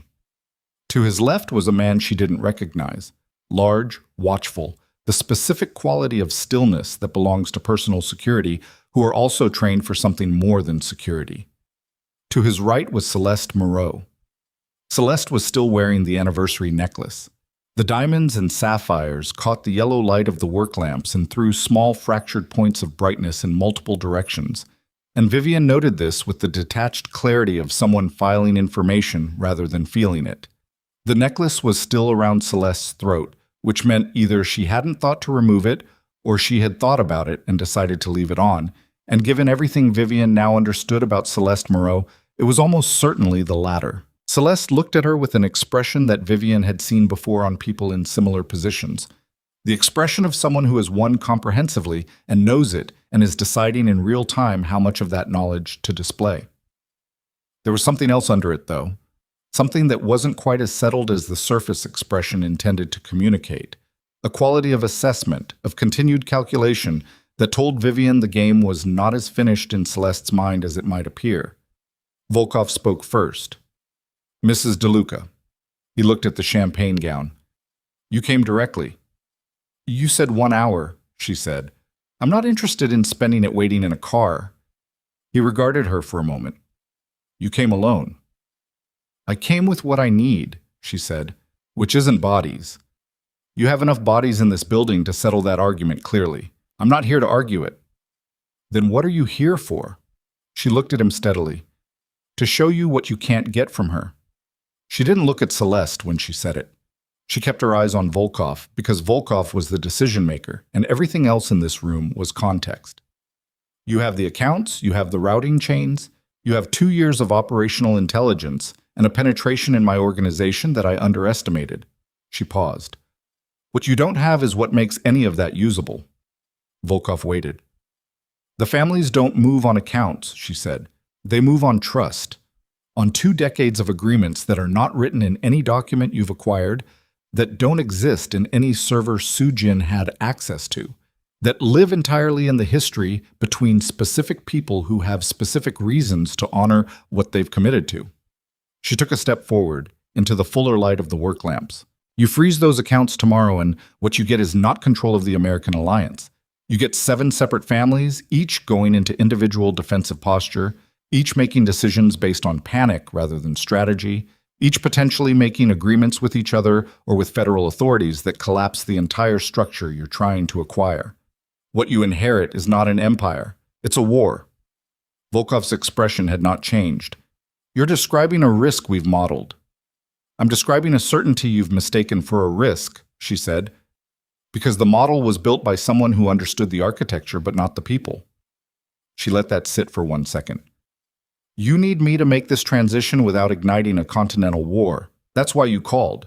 That's why you're standing in this warehouse talking instead of doing what you had positioned to do at midnight." Something moved in Volkov's face. Not concession, too experienced for that, but the specific micro-adjustment of a man who is registering that the person across from him is not performing intelligence, but actually possessing it. Celeste spoke. "Don't." Vivian looked at her for the first time since entering the building. Celeste's voice had a quality it hadn't had in the ballroom earlier. A tightness, a speed, the sound of someone intervening before a conversation goes somewhere inconvenient. "She's doing what she does," Celeste said to Volkov. "She's very good at making rooms feel like she's the only option. That's the entire foundation of what she built. Not capability, presentation. Give her 60 seconds and she'll have you believing you need her." "I need 60 seconds, Vivian said to Volkov, not to Celeste. "And what you'll have at the end of it isn't belief. It's a number." Volkov looked at her. "What number?" "The number of family representatives who will take a call from me in the next 20 minutes and agree to a structured transition rather than fracturing and going to ground." She held his gaze. "If I can't get you 4 out of 6, walk away and take what you have. If I get 4 out of 6, you get something worth more than accounts and routing chains. You get legitimacy. You get a transition that the families accept because I'm the one who tells them to accept it." The warehouse was very quiet.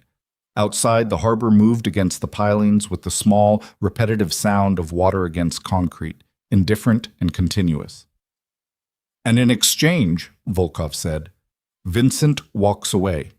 The 9 people your assets contain tonight walk away. And I retain operational autonomy within the restructured alliance." She looked at him without blinking. "I'm not negotiating the structure of what you're building.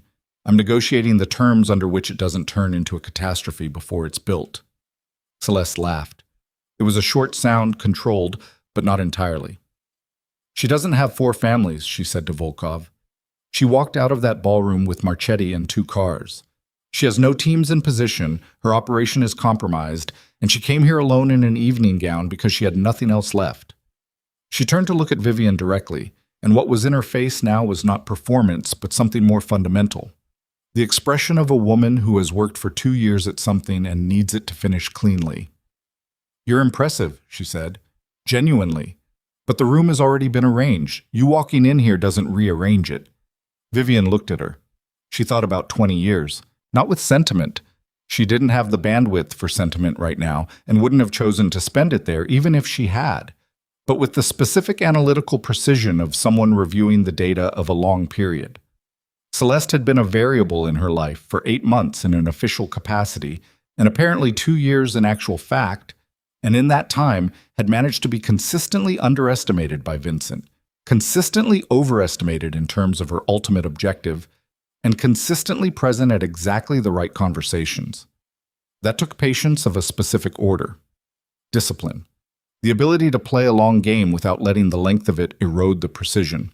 She respected it, in the way you respect an instrument that has been used against you effectively.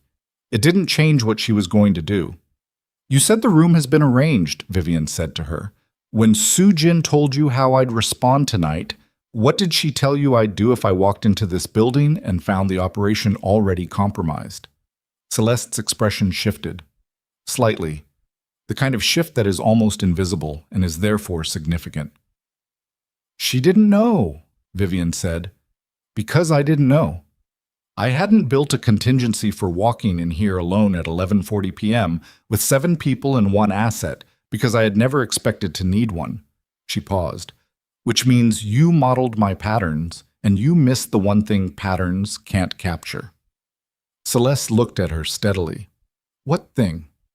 "What I do when I have nothing left to lose." She reached into the small clutch bag she was still carrying, had been carrying since the ballroom, the tiny champagne-colored bag that matched the gown and had seemed increasingly absurd as the evening progressed, and she removed her phone. She held it up so the work lamps illuminated the screen. She pressed a name in her contacts and put it on speaker and held it so the sound would carry in the warehouse's industrial acoustics. The line connected on the second ring. "Vivian." The voice was female, older, carrying the specific authority of a person who answers their phone at 11:42 p.m. without any audible indication that this is unusual. "Commissioner," Vivian said, "I'm at the Red Hook Warehouse District, Pier 11 building. I need the arrangement we discussed." A pause. "Timeline. Immediate." "Assets in place as of 11:15, the voice said. "Awaiting your signal. You have it." The line went dead. The warehouse absorbed this in silence. Volkov's face had done something. A rearrangement, rapid and controlled, the face of a man running a fast recalculation and not yet having arrived at the result. The large man to his left had shifted his weight. In the perimeter dark, Vivian heard, or thought she heard, the slight change in ambient sound that happens when people who have been still start to be less still. Celeste was staring at her. "The commissioner," Celeste said. The word had a specific quality, not disbelief exactly, but the sound of a variable that had not appeared in any of her models. "Kathleen Mercer," Vivian said. 22 years in federal law enforcement. 18 months ago, she came to me with a proposal about the Volkov Syndicate's American expansion and the specific threat it represented to what she called, her words, the stable management of organized criminal enterprise in this country. Vivian looked at Volkov, not at Celeste. She was not wrong about the stability argument. The alliance I built has kept 3 potential wars from happening in 8 years. The commissioner's position was that replacing it with something run by people who have no interest in stability creates a federal enforcement problem that is orders of magnitude worse than the status quo. Volkov said nothing. "So we made an arrangement," Vivian said, "not an immunity agreement, not cooperation in the formal sense. Mutual understanding about what represents a manageable situation and what represents an unmanageable one." She lowered the phone. 28 federal and joint agency assets have been in position around this building since 11:15. They're not here to make arrests. They're here because I asked them to be here, and they're here because the alternative, letting tonight proceed without intervention, creates the kind of situation that nobody in law enforcement wants to manage. The silence in the warehouse was now a different quality from any previous silence. It had the specific texture of a situation reconfiguring around new information, of people whose professional training is telling them several things simultaneously, that are not all compatible with each other. Volkov's face had settled into something that was almost admirable in its composure. He was 60-ish and had been in dangerous situations for longer than Vivian had been alive, and he was not going to perform panic for her or for anyone. But his eyes had changed. The calculative quality in them had become something more acute, more urgent, the specific expression of a man who is very rapidly identifying the difference between a situation that can be salvaged and one that cannot. "You just signaled a federal presence to a building you walked into voluntarily," he said. "Yes." "Which means you're also in the net." "The arrangement accounts for my presence," she said. "It does not account for yours, or for the 20-plus operational personnel your organization has placed in and around this building tonight." She looked at him steadily. "You have approximately 4 minutes before the perimeter begins to close. What happens in those 4 minutes is going to define what the next several years of your operation look like." She paused. "Or whether it has a next several years." Celeste moved, not toward Vivian, toward Volkov, specifically toward the space at his shoulder, and she was speaking in low, rapid French that was too fast and too quiet for Vivian to fully catch, but the intent of which was clear. "This is not what we planned for. There is a way out of this. Do not let her dictate the terms." Volkov listened. He looked at Vivian while he listened. He was running the calculation. She could see it, the specific quality of a very experienced operator who is trying to determine in real time how many of the variables in front of him are real and how many are constructed to appear real, which is always the fundamental question in a confrontation between people who are good at constructing appearances. The commissioner's voice on the phone had been real. He would know that, would verify it against whatever intelligence he had on the federal landscape. Whether the 28 assets were real, whether the arrangement was what she described, whether walking out of this building under whatever conditions she was implying were survivable, that was the calculation he couldn't complete in 4 minutes with the information he had, which was, Vivian knew, the entire architecture of the move. Not certainty. Uncertainty. The specific weaponization of incomplete information in a situation where the cost of being wrong was absolute. The large man to Volkov's left said something. One word, in Russian. Vivian didn't speak Russian, but she spoke the register of single-word utterances in operational situations, and this one meant proceed or move or go. Volkov made a decision. She could see the moment it happened. The specific settling of his face that comes when a person stops calculating and starts executing. He looked at Celeste and said something brief, and then he looked at Vivian and he said, "This conversation continues." "I know," she said. He moved toward the rear of the warehouse, toward the water-facing exit, with the large man and 2 others who materialized from the perimeter dark. Not running. Moving with the controlled urgency of people who have exit protocols and are executing them. Celeste did not move. She stood in the light of the work lamps and watched Volkov leave, and then she turned to look at Vivian, and for the first time in the entire evening, her face had shed the performance entirely. What was underneath it was not what Vivian had expected, not cold, not calculating, something harder to categorize.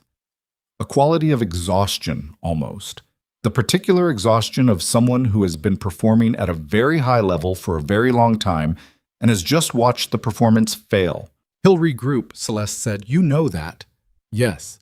This isn't over." "No," Vivian said. "It's not." Celeste looked at her, at the gown, at the phone, at whatever Vivian's face was doing, which Vivian herself couldn't have described because she was too inside it. "You don't have 28 federal assets outside," Celeste said. It wasn't quite a question. Vivian didn't answer. Something moved across Celeste's face, something that might, in different circumstances, have been the beginning of respect. "The commissioner call was real," she said slowly. "But the assets were in position as of 11:15, Vivian said. "That part was entirely accurate." "How many?" "Enough to make the math work." She looked at her. "Which is all any number needs to do." Celeste was quiet for a moment. Outside she could hear movement, multiple sets of footsteps on the loading dock, the sound of radios, the organized ambient noise of law enforcement in motion.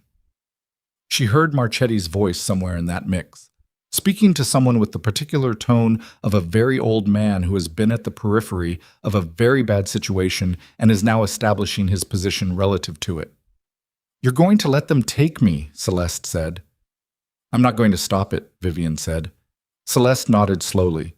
The anniversary necklace moved at her throat with the motion, the diamonds and sapphires catching the yellow work lamp light one more time.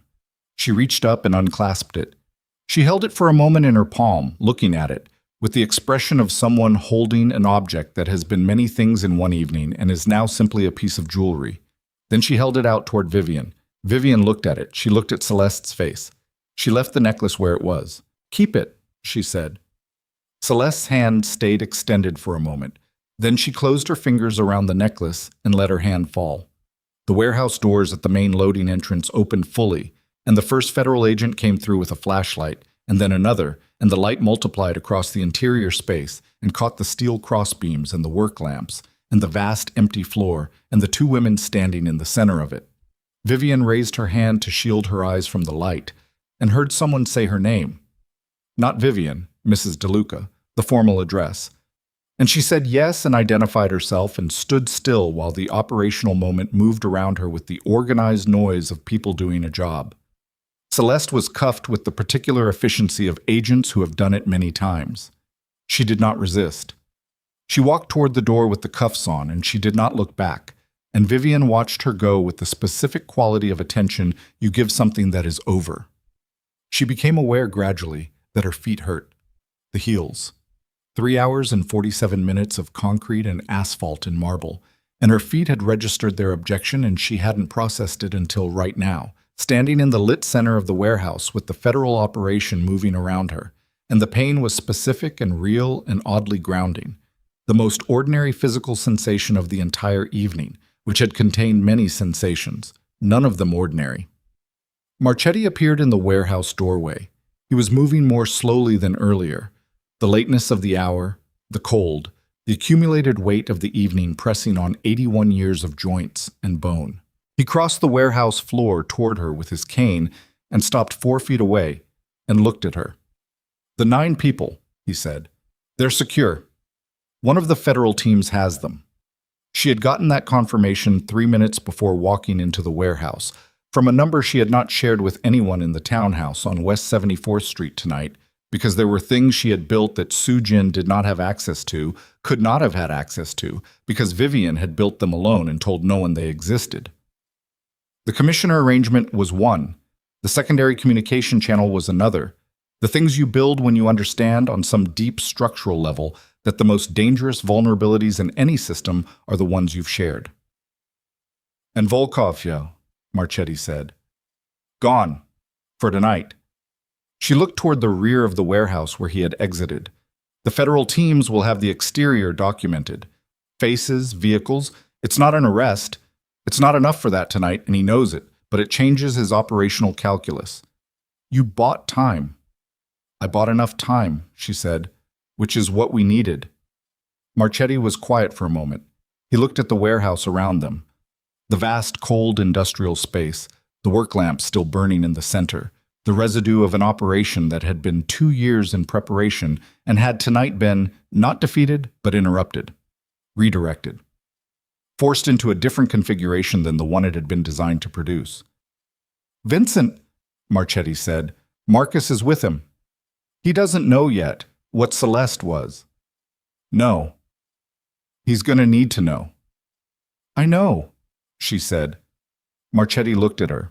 His face in the work lamplight had the topography of someone who has been awake for too long in a situation that has required too much.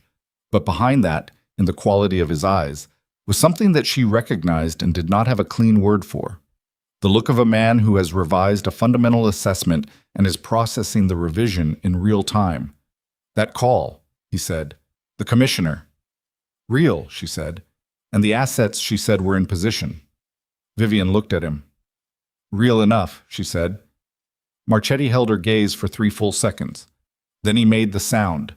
The old man's specific sound. Not quite a laugh, not quite a sigh.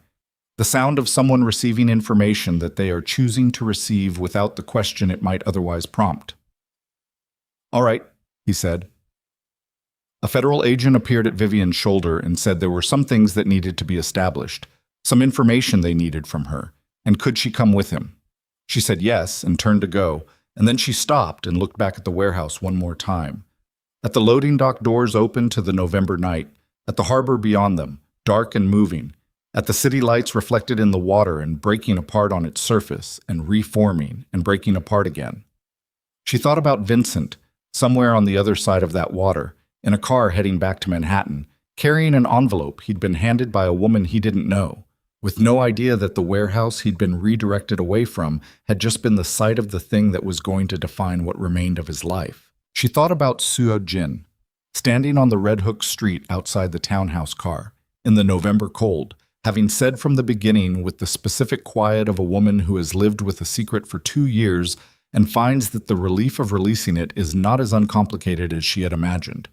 She thought about the necklace around Celeste's throat, and the empty place on her own finger, and the ring she had left on a table in the Blackstone Hotel's ballroom, and the way the evening had begun in crystal and ivory and the ambient noise of the most powerful room she had ever built, and the way it was ending in an empty warehouse with concrete dust on her shoes and a federal agent waiting at her shoulder.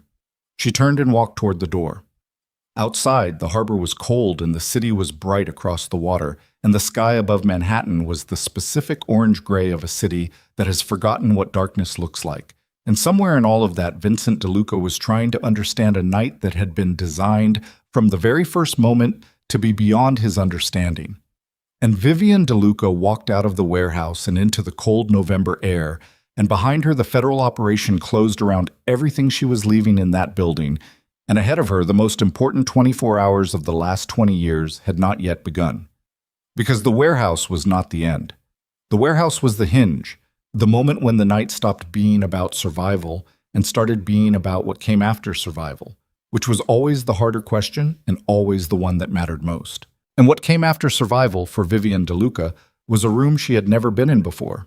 A room with no Vincent in it, no alliance depending on her discretion, no structure requiring her to be something other than the most complete version of what she actually was. That room was 48 hours away. First there was the accounting. First there was the reckoning with every man and every family who had built their safety on what she had built, and who now needed to understand, needed to hear from her directly in terms they could receive. What had happened and what it meant and what came next and why it was not, despite everything, the end of what they had. First there was Vincent. Her phone buzzed in her hand as she crossed the loading dock.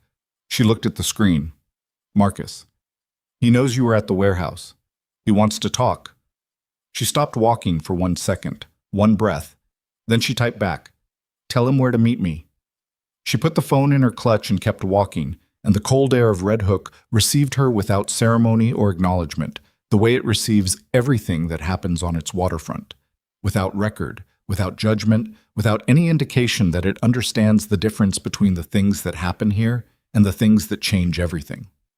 The meeting place was a diner on Atlantic Avenue that had been open since 1974 and had survived 3 recessions, 2 neighborhood transformations, and 1 fire that had taken the back kitchen and left a smoke stain on the ceiling above the counter that no subsequent renovation had fully erased.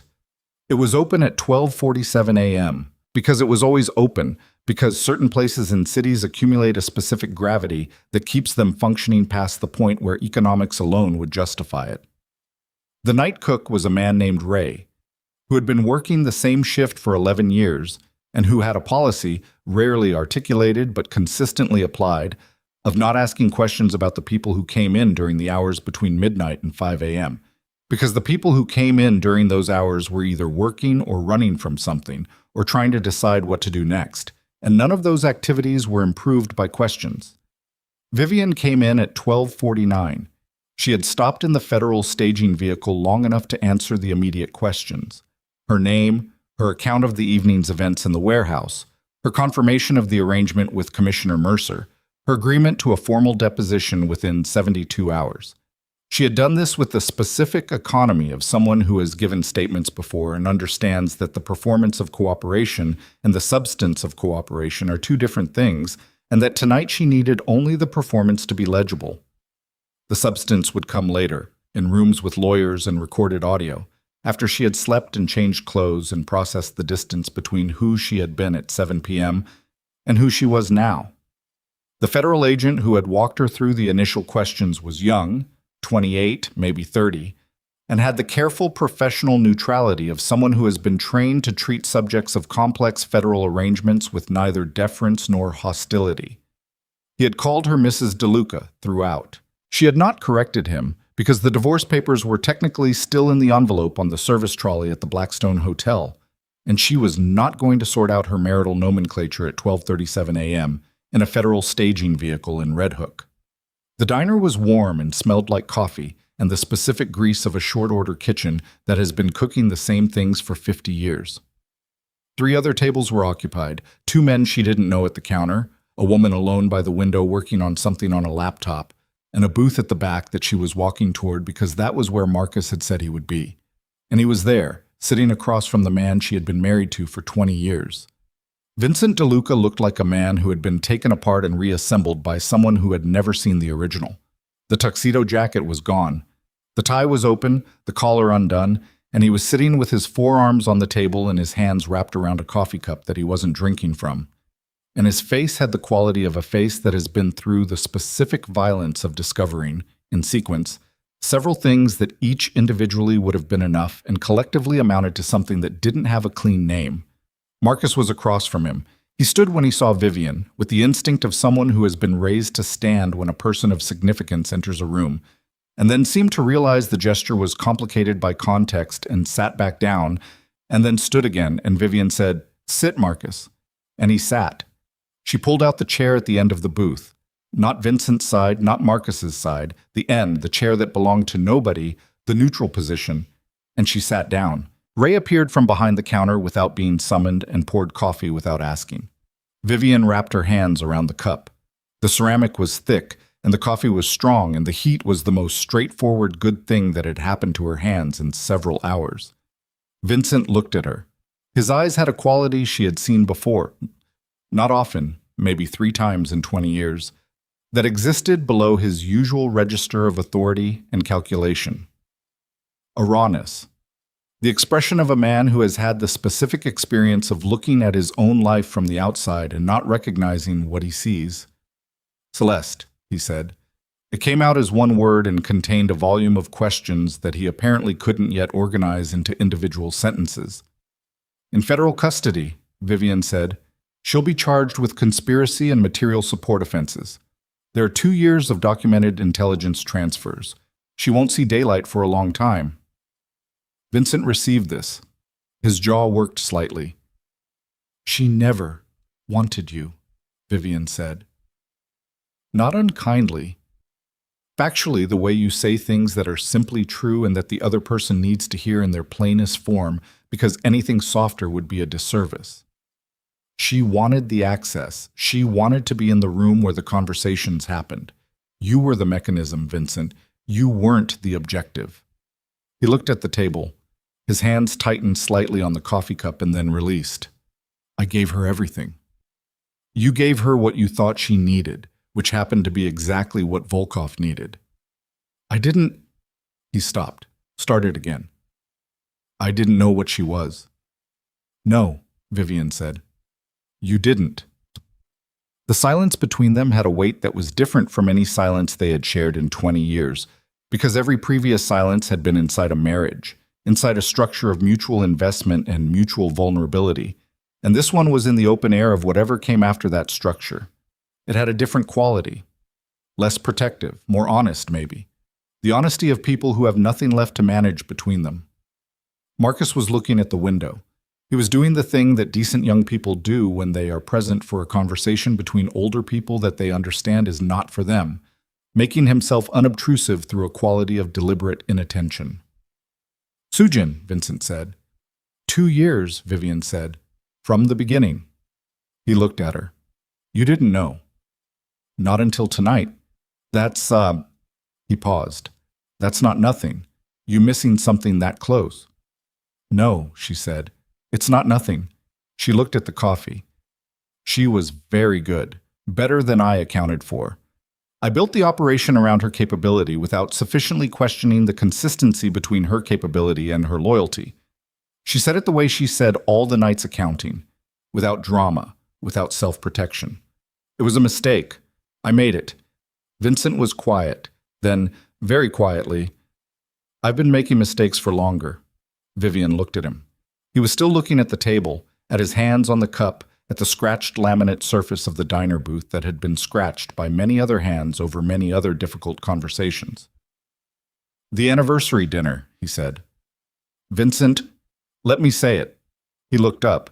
His eyes were direct, in a way she associated with the version of him that existed before the last 10 years of Empire had added layers of performance to the surface. The version she had met at 28, in a different kind of room, under different kinds of circumstances, when they had both been people who had not yet fully decided what they were going to be. I let her tell me you were the problem.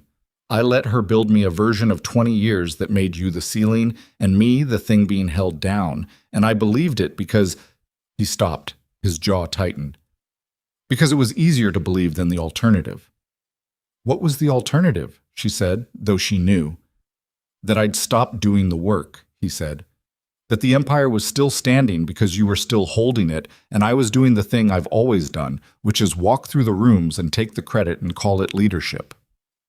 The diner was quiet around them. Ray was behind the counter cleaning something with the focused indifference of a man who has heard approximately everything.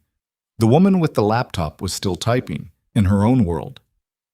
She gave me a reason to call it something else, Vincent said. To call it your ambition, your control, your... She had a word for it. She called it your architecture. Said you'd built something around me instead of with me. He paused. And the worst part is I could see how it looked like that. From where I was standing, I could see the shape she was describing. He pressed his mouth together. I didn't ask you. I didn't ask you whether any of it was true. I just... Decided, Vivian said. Decided, he said. She looked at him for a long moment. She thought about the question of what to do with a person who has wronged you comprehensively and has arrived at the far side of it, with their face stripped down to something that might be the first genuine thing they've shown you in years. She thought about the architecture of the next part of her life and what it required of her emotionally in this moment and what she could afford to give, and what the difference was between generosity and self-erasure. I'm not going to tell you it's all right, she said. I know. What happened tonight? The ballroom, the necklace, the divorce announcement in front of everyone, that doesn't become a different thing because you understand now what was behind it. I know, he said again, but I also... She stopped, looked at the window, at the Atlantic Avenue night beyond it, at the city's ordinary continuation. I spent 20 years building something that I told myself was ours. Somewhere in the last 5 years it stopped being ours and became mine, and I kept building it without addressing that because addressing it was harder than continuing. That's not an excuse for what you did. It's just the complete picture. Vincent was very still. Then, what happens to the alliance? I'm restructuring it, she said. Not dismantling. Restructuring. No single seat of authority. A council. 7 families. Rotating mediation. All decisions requiring 4 of 7. No one person in the position I've been in. Including you. Including me. He looked at her. Something moved across his face. Not quite grief, but the specific expression of a man understanding the shape of what he's lost, which is different from grief the way a blueprint is different from a building, more precise, more final. And my position, he said. She looked at him steadily. There isn't one. Not in the new structure. She held his gaze because this was the part that required her to hold it. You walked into a federal operational zone tonight, Vincent. You made contact with Volkov directly. There's documentation, there are witnesses, and there's the matter of what the families understand about the sequence of events. She paused. The council convenes in 48 hours. I'll present the full accounting. What happens to your standing in that room is not mine to decide. His face received this with the particular stillness of a man who has been building toward a particular reckoning for a long time without acknowledging it was coming. Not surprise? Recognition. Marchetti will push for termination, he said. It meant something specific in this world. And it didn't mean what it would have meant 20 years ago, which was its own acknowledgement of how things had changed. Marchetti will push for formal removal, Vivian said, which is not the same thing. I'll make sure it's not the same thing. She looked at him. You were manipulated, comprehensively, over a sustained period by a professional. That's in the record. It doesn't restore your position. But it's in the record. Vincent looked at his coffee. He picked it up finally and drank from it, the first real movement he'd made since she sat down, and set it back down with the deliberateness of a man trying to occupy his hands while his mind caught up with the evening. The divorce papers, he said. Still in an envelope at the Blackstone, she said. He almost smiled. It didn't make it all the way to his face, but it tried. I left them on a service trolley. You left them on a service trolley, she confirmed. Vivian. He looked at her. The rawness was still there, underneath everything. The version of him that the last 6 hours had excavated from under 30 years of accumulated performance. I'm sorry. She looked at him for a long time. She looked at him the way you look at the end of something. Not with the intensity of love or the intensity of anger, both of which carry with them the implication of continuation, of something unresolved that demands resolution, but with the quieter attention of someone acknowledging what a thing was before it stops being that thing. I know, she said. She stood up.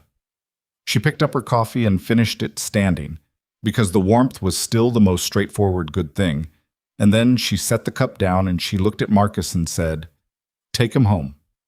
Marcus nodded. She looked at Vincent one more time. He was looking at her from the booth with his hands on the table and his tuxedo shirt open at the collar, and the specific expression of a person watching something leave, that they understand they no longer have the right to ask to stay. She walked out of the diner. The Atlantic Avenue night received her without ceremony. Cold, the specific dry cold of early November that has not yet decided to become winter, and the street was quiet at this hour, the occasional car, the distant rhythm of a city that does not sleep but does change character across the night's hours. She stood on the sidewalk outside the diner and breathed, just breathed, not performing it, not the 4-count pattern, just breathing. And she looked at the orange-gray sky above Brooklyn, and she felt, with a specificity that surprised her by its precision, the exact weight of what the evening had cost. Not the accounting kind of cost, the personal kind. The weight of Sujin's face when she'd said from the beginning, and what that meant about 2 years of proximity, of trust extended and trust weaponized. The weight of Celeste's hand extended with the necklace in it, and the decision not to take it. The weight of sitting across from a man she had shared a life with and finding, underneath all the damage of the evening, a version of him that might have been worth something to might have been worth something 10 years ago, if either of them had understood how to reach for it. And understanding that the timing of things is not always correctable by understanding. Her phone buzzed. Commissioner Mercer. She answered. Commissioner. It's done on our end, Mercer said. Her voice at 1:15 a.m. had the same quality as it had at 11:40, the voice of a person for whom operational hours are a detail rather than a burden. The warehouse documentation is secured. Volkov's people have been identified and logged. He's out of the city. Our people tracked his vehicle to a private terminal at Teterboro 40 minutes ago. He'll rebuild, Vivian said. They always do. But not here. Not with what he had planned for tonight. A pause. The 9 people your operation lost. They're being transferred to our custody now, per the arrangement. All alive. Thank you. Mrs. DeLuca. A beat. What you did tonight, walking into that building with what you had, that was either the most strategically sophisticated thing I've seen in 20 years in this work, or the most reckless. Why can't it be both? Vivian said. Mercer made a sound that wasn't quite a laugh. Deposition. 72 hours. I'll be there. She ended the call. She stood on the sidewalk. A cab went past, then another. Schrieden. Somewhere down the block, a door opened and music came out briefly, and then the door closed and the music was gone. She thought about the council meeting in 48 hours. She thought about what she was going to say in that room and how she was going to say it. Not the content. She had the content. She had been building the content in the back of her mind for 6 weeks, but the register of it, the tone, the quality of authority she would bring to a room full of men who had walked out of a ballroom behind her 5 hours ago and now needed to be told what that walk had meant and what it was going to require of them going forward. She thought about the new structure: 7 families, 4 of 7 for any significant decision, no single seat, no architecture held together by one person's authorization. She had built that architecture because it was what the situation required, and because she was the person capable of building it, and both of those things had been true. What she had not fully accounted for, until tonight had accounted for it with the specificity of a very expensive lesson, was that anything held together by one person's authorization is also only as secure as that person's security, and security is not the same as invulnerability, and invulnerability is a thing that does not exist. The new structure would be harder to manage, would move more slowly, would require compromise and patience in measures that the old structure had not demanded because the old structure had a single decision-maker who was very good at her job. It would be, in many ways, less elegant. It would also be harder to destroy from the inside. She started walking. No particular destination, not yet. The night had one more thing to do before she could call it, and she was walking toward it, because walking was the thing her body needed after hours of being still and being driven and standing in places waiting for situations to resolve.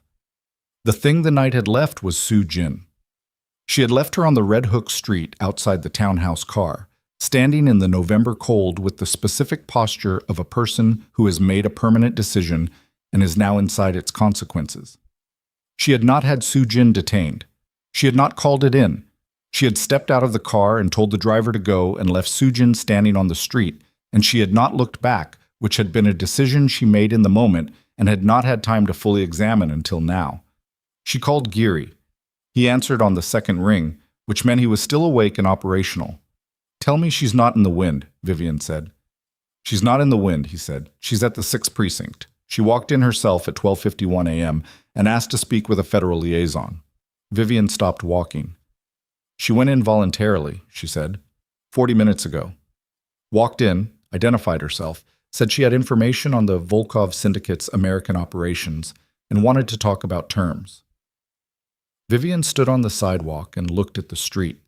She thought about Soo Jin Park, 2 years, the threat models, the probability assessments, the precise and careful building of a model that was comprehensive enough to almost work. She thought about the specific quality of Soo Jin's face in the car when she'd said from the beginning, the exhaustion under the stillness, the quality of a person who has been performing at a very high level for a very long time and has found, in the moment of its failure, something that might have been relief. Going in voluntarily. Walking into a federal building at 12:51 a.m. with 2 years of operational intelligence about the Volkov Syndicate, offering it in exchange for terms. It was the move of someone who had looked at the landscape of what the evening had produced and had made a calculation. Not about loyalty, which was long past, but about survival, which was what remained when everything else was stripped away. It was also, Vivian recognized with a quality of feeling she couldn't fully name, the kind of move Soo Jin Park made. Precise, self-interested, but not unintelligent about what self-interest required in a specific situation. "All right," she said to Geary, "what do you want me to do?" "Nothing," she said. "Let it go where it goes." She ended the call and kept walking. The council meeting happened 2 days later in a building in Midtown that was registered as the offices of a private equity firm and functioned as the formal gathering space of the American Alliance when the Alliance needed to be in one room. It was a conference room on the 14th floor with windows that looked north toward Central Park and a table that seated 14 and a quality of quiet that came from very good soundproofing and the understanding of everyone in the room that what was said here did not leave here. Vivian arrived first. She always arrived first to rooms like this because she had learned early that the person who establishes the physical space of a meeting establishes something about its authority structure before a single word is spoken. She set her materials on the table. Not much, a folder, a legal pad, 2 pens, and she sat down and she waited. They came in over the next 20 minutes. Marchetti first, who nodded at her when he entered with the nod of a man who has processed a great deal since the last time he saw her, and has arrived at some conclusions. Ferris, who sat heavily and said nothing but looked at her with the expression of a man revising a long-held assessment. Reyes from Chicago, who sat across from her and opened a folder of his own and looked at it, which was his way of communicating that he was prepared and had done his own accounting. The others filled in. 7 families, the full council, the seat at the head of the table, the seat that had been Vincent's, that she had occupied in practice, if not in name, for the last decade, was empty. Nobody moved toward it. Nobody suggested she should sit in it. She sat at the long side of the table, in the middle, equidistant from both ends, and when everyone was present, she began. She talked for 40 minutes. She told them everything: the Volkov operation, Celeste's penetration of the alliance through Vincent, Sujin's penetration of her own operation, the warehouse, the commissioner, the federal arrangement, the current status of all known Volkov assets and their estimated timelines. She told them about the gaps, what she didn't know, where the intelligence was incomplete, what the risk landscape looked like going forward. She told them about the restructuring proposal. She answered questions for another 30 minutes. Some were technical, some were operational. Some were the kind of questions that are not really questions but are performances of skepticism by men who need to be seen asking hard questions in order to be comfortable with the answers they've already arrived at. Nobody asked about Vincent until Reyes asked about Vincent. "What's his status?" Reyes said. "Removed," she said. "From all operational positions, all financial authorizations, all council standing. Permanently." "Permanently," she confirmed. Reyes looked at her. "On your authority." "On mine and Marchetti's," she said. "The formal council vote is what we're here for today." Reyes nodded. He looked at his folder. "And you're proposing no replacement." "I'm proposing the restructured council as its own replacement," she said. "No single seat, 4 of 7 for any significant decision. I'll serve on the council in an advisory capacity during the transition period. After that, I'm out." The room absorbed this. "Out," Ferris said. "Out," she said. "I'm not restructuring the alliance in order to occupy a different version of the position I'm restructuring it away from. That would rather defeat the purpose." Marchetti was looking at the table. His face was the face of a man who has already accepted something and is in the process of deciding how to receive it publicly. "You built this," he said. "All of it. For 20 years. "Yes," she said. "And it almost got taken apart because one person built too much of it." She looked at him. "I'm not abandoning it. I'm making sure it's not dependent on me to survive." The council vote took 11 minutes. 7-0 for the restructuring proposal. 6-1 for Vincent's permanent removal. Don Ferris abstained, which was his right, and which communicated something about the complexity of 30-year relationships that Vivian chose not to examine in detail. After, as the room was clearing, Marchetti held back. The others filed out with the various efficiencies of men who had flights and meetings, and the accumulated logistics of lives that didn't stop because one alliance spent a night in crisis. He waited until the door closed behind the last of them. "I owe you an apology," he said. She looked at him. "For what?" "For not seeing it sooner." He was still sitting, his cane against the table. "What you'd built, the full scope of it." He paused. "I knew you were capable. I didn't know you were... I underestimated the degree to which the whole thing ran through you." "That was the design," she said. "It wasn't supposed to be visible." "Yes, but..." He stopped. "You were in that room, at those tables, for 20 years, and I looked at you as Vincent's wife, who was very good at managing things. Not as the architect." He said it plainly, the way he said things that cost him something to say. "That was a failure of attention on my part." Vivian looked at Enzo Marchetti.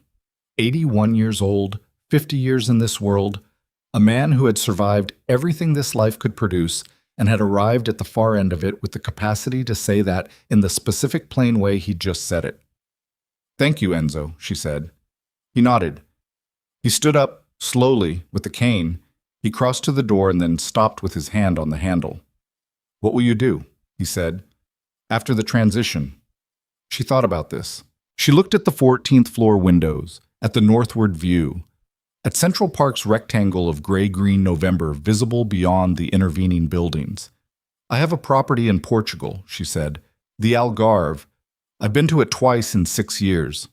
She paused. "I'm going to go there and stay for a month and look at the ocean and not be responsible for anything." Marchetti made the sound, not quite a laugh, but the noise of a man receiving a pleasant image. "And after the month," she looked at him. "I'll figure it out," she said. He held her gaze for a moment. Then he opened the door and walked out, and she heard his footsteps and the sound of the cane in the hallway, receding.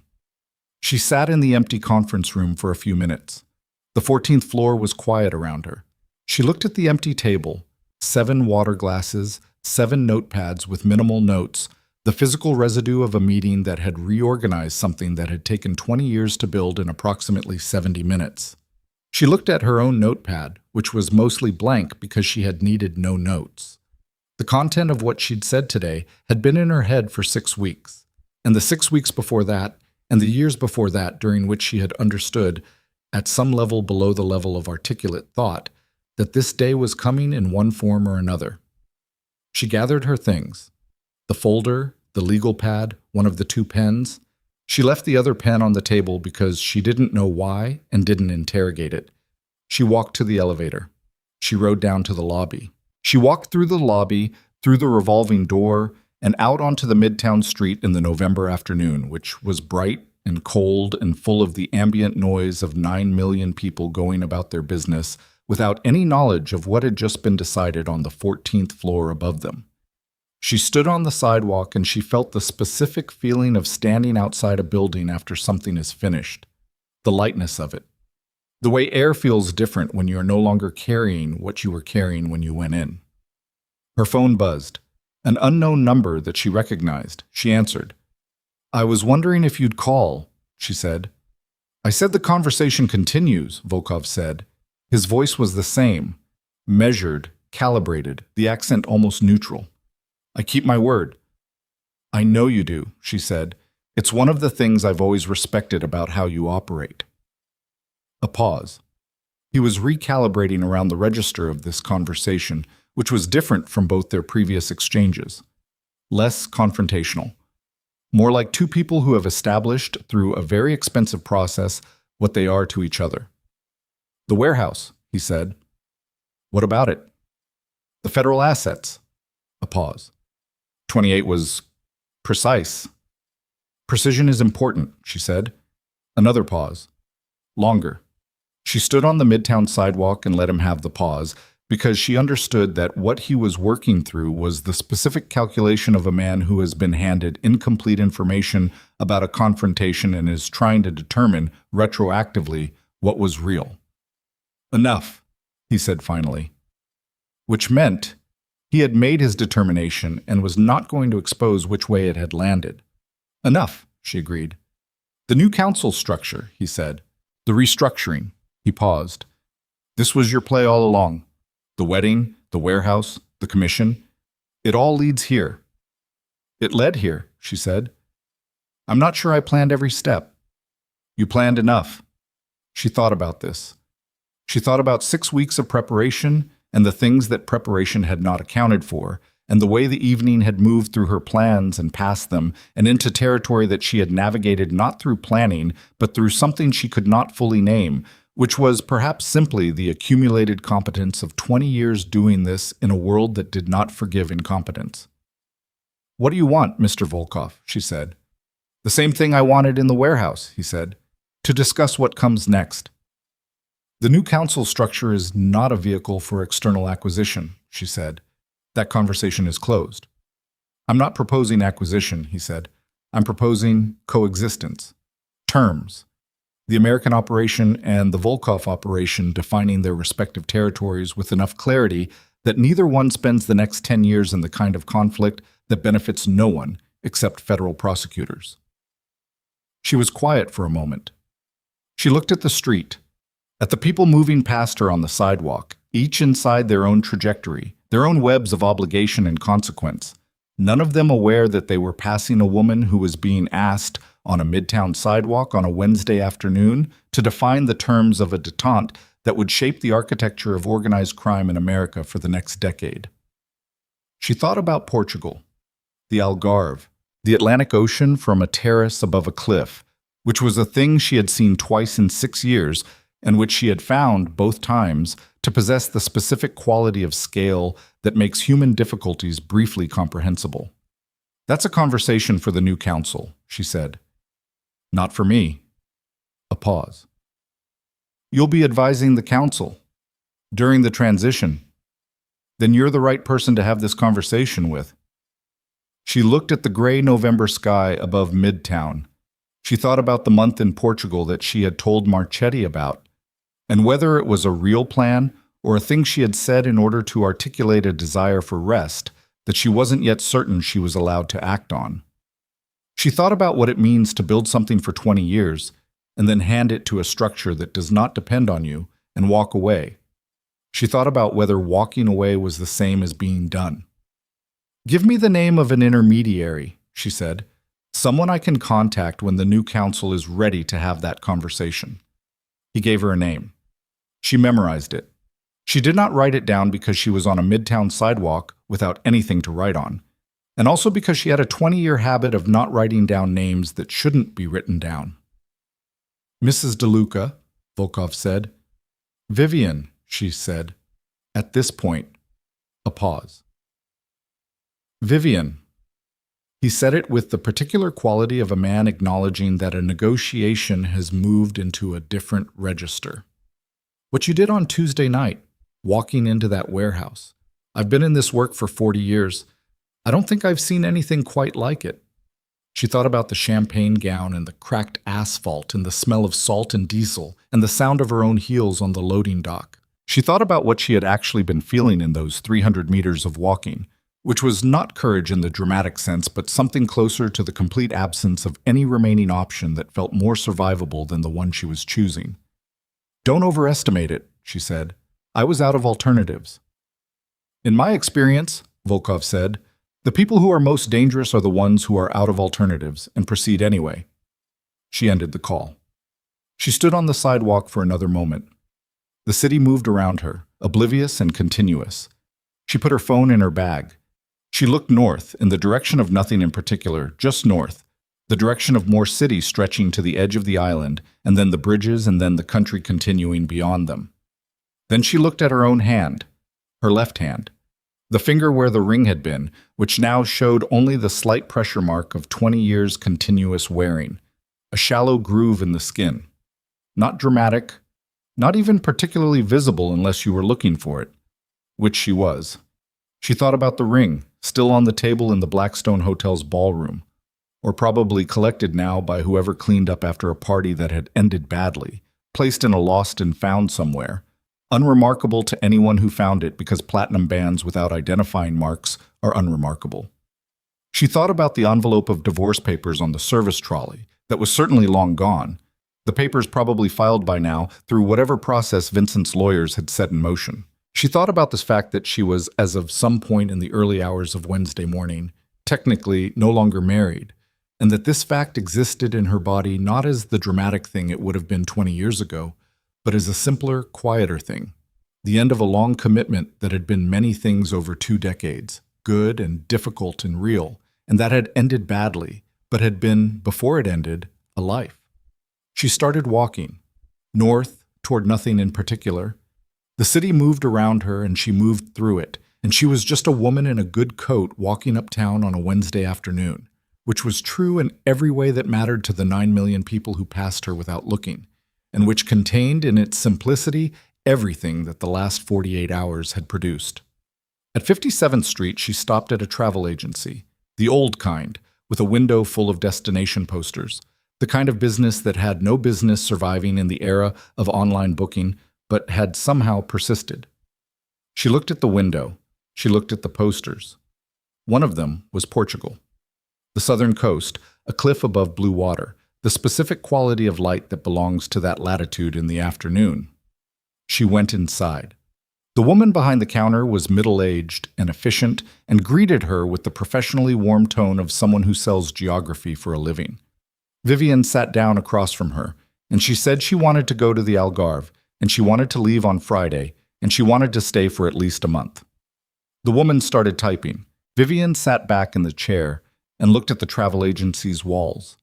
The posters, the maps, the brochures for places she had not been and might now have the time to go. And she felt the specific feeling of a door opening, not the dramatic kind, not the kind that swings wide and lets in light with the force of revelation, the quiet kind, the kind you find at the end of a long hallway after a long night, that opens easily on well-maintained hinges into a room you haven't been in before, where the air is different and the light is different and nothing has been arranged yet, and the arranging is entirely and completely yours to do. Outside on 57th Street, the November afternoon continued. The city made its noise. The world moved at its own velocity, indifferent and vast, and entirely unconcerned with the woman sitting in a travel agency on a Wednesday, booking a flight to somewhere she had been meaning to go, finally going. She looked at the Algarve poster in the window, and she breathed. Just breathed, the simple kind, the kind that doesn't need counting, and she waited for Friday.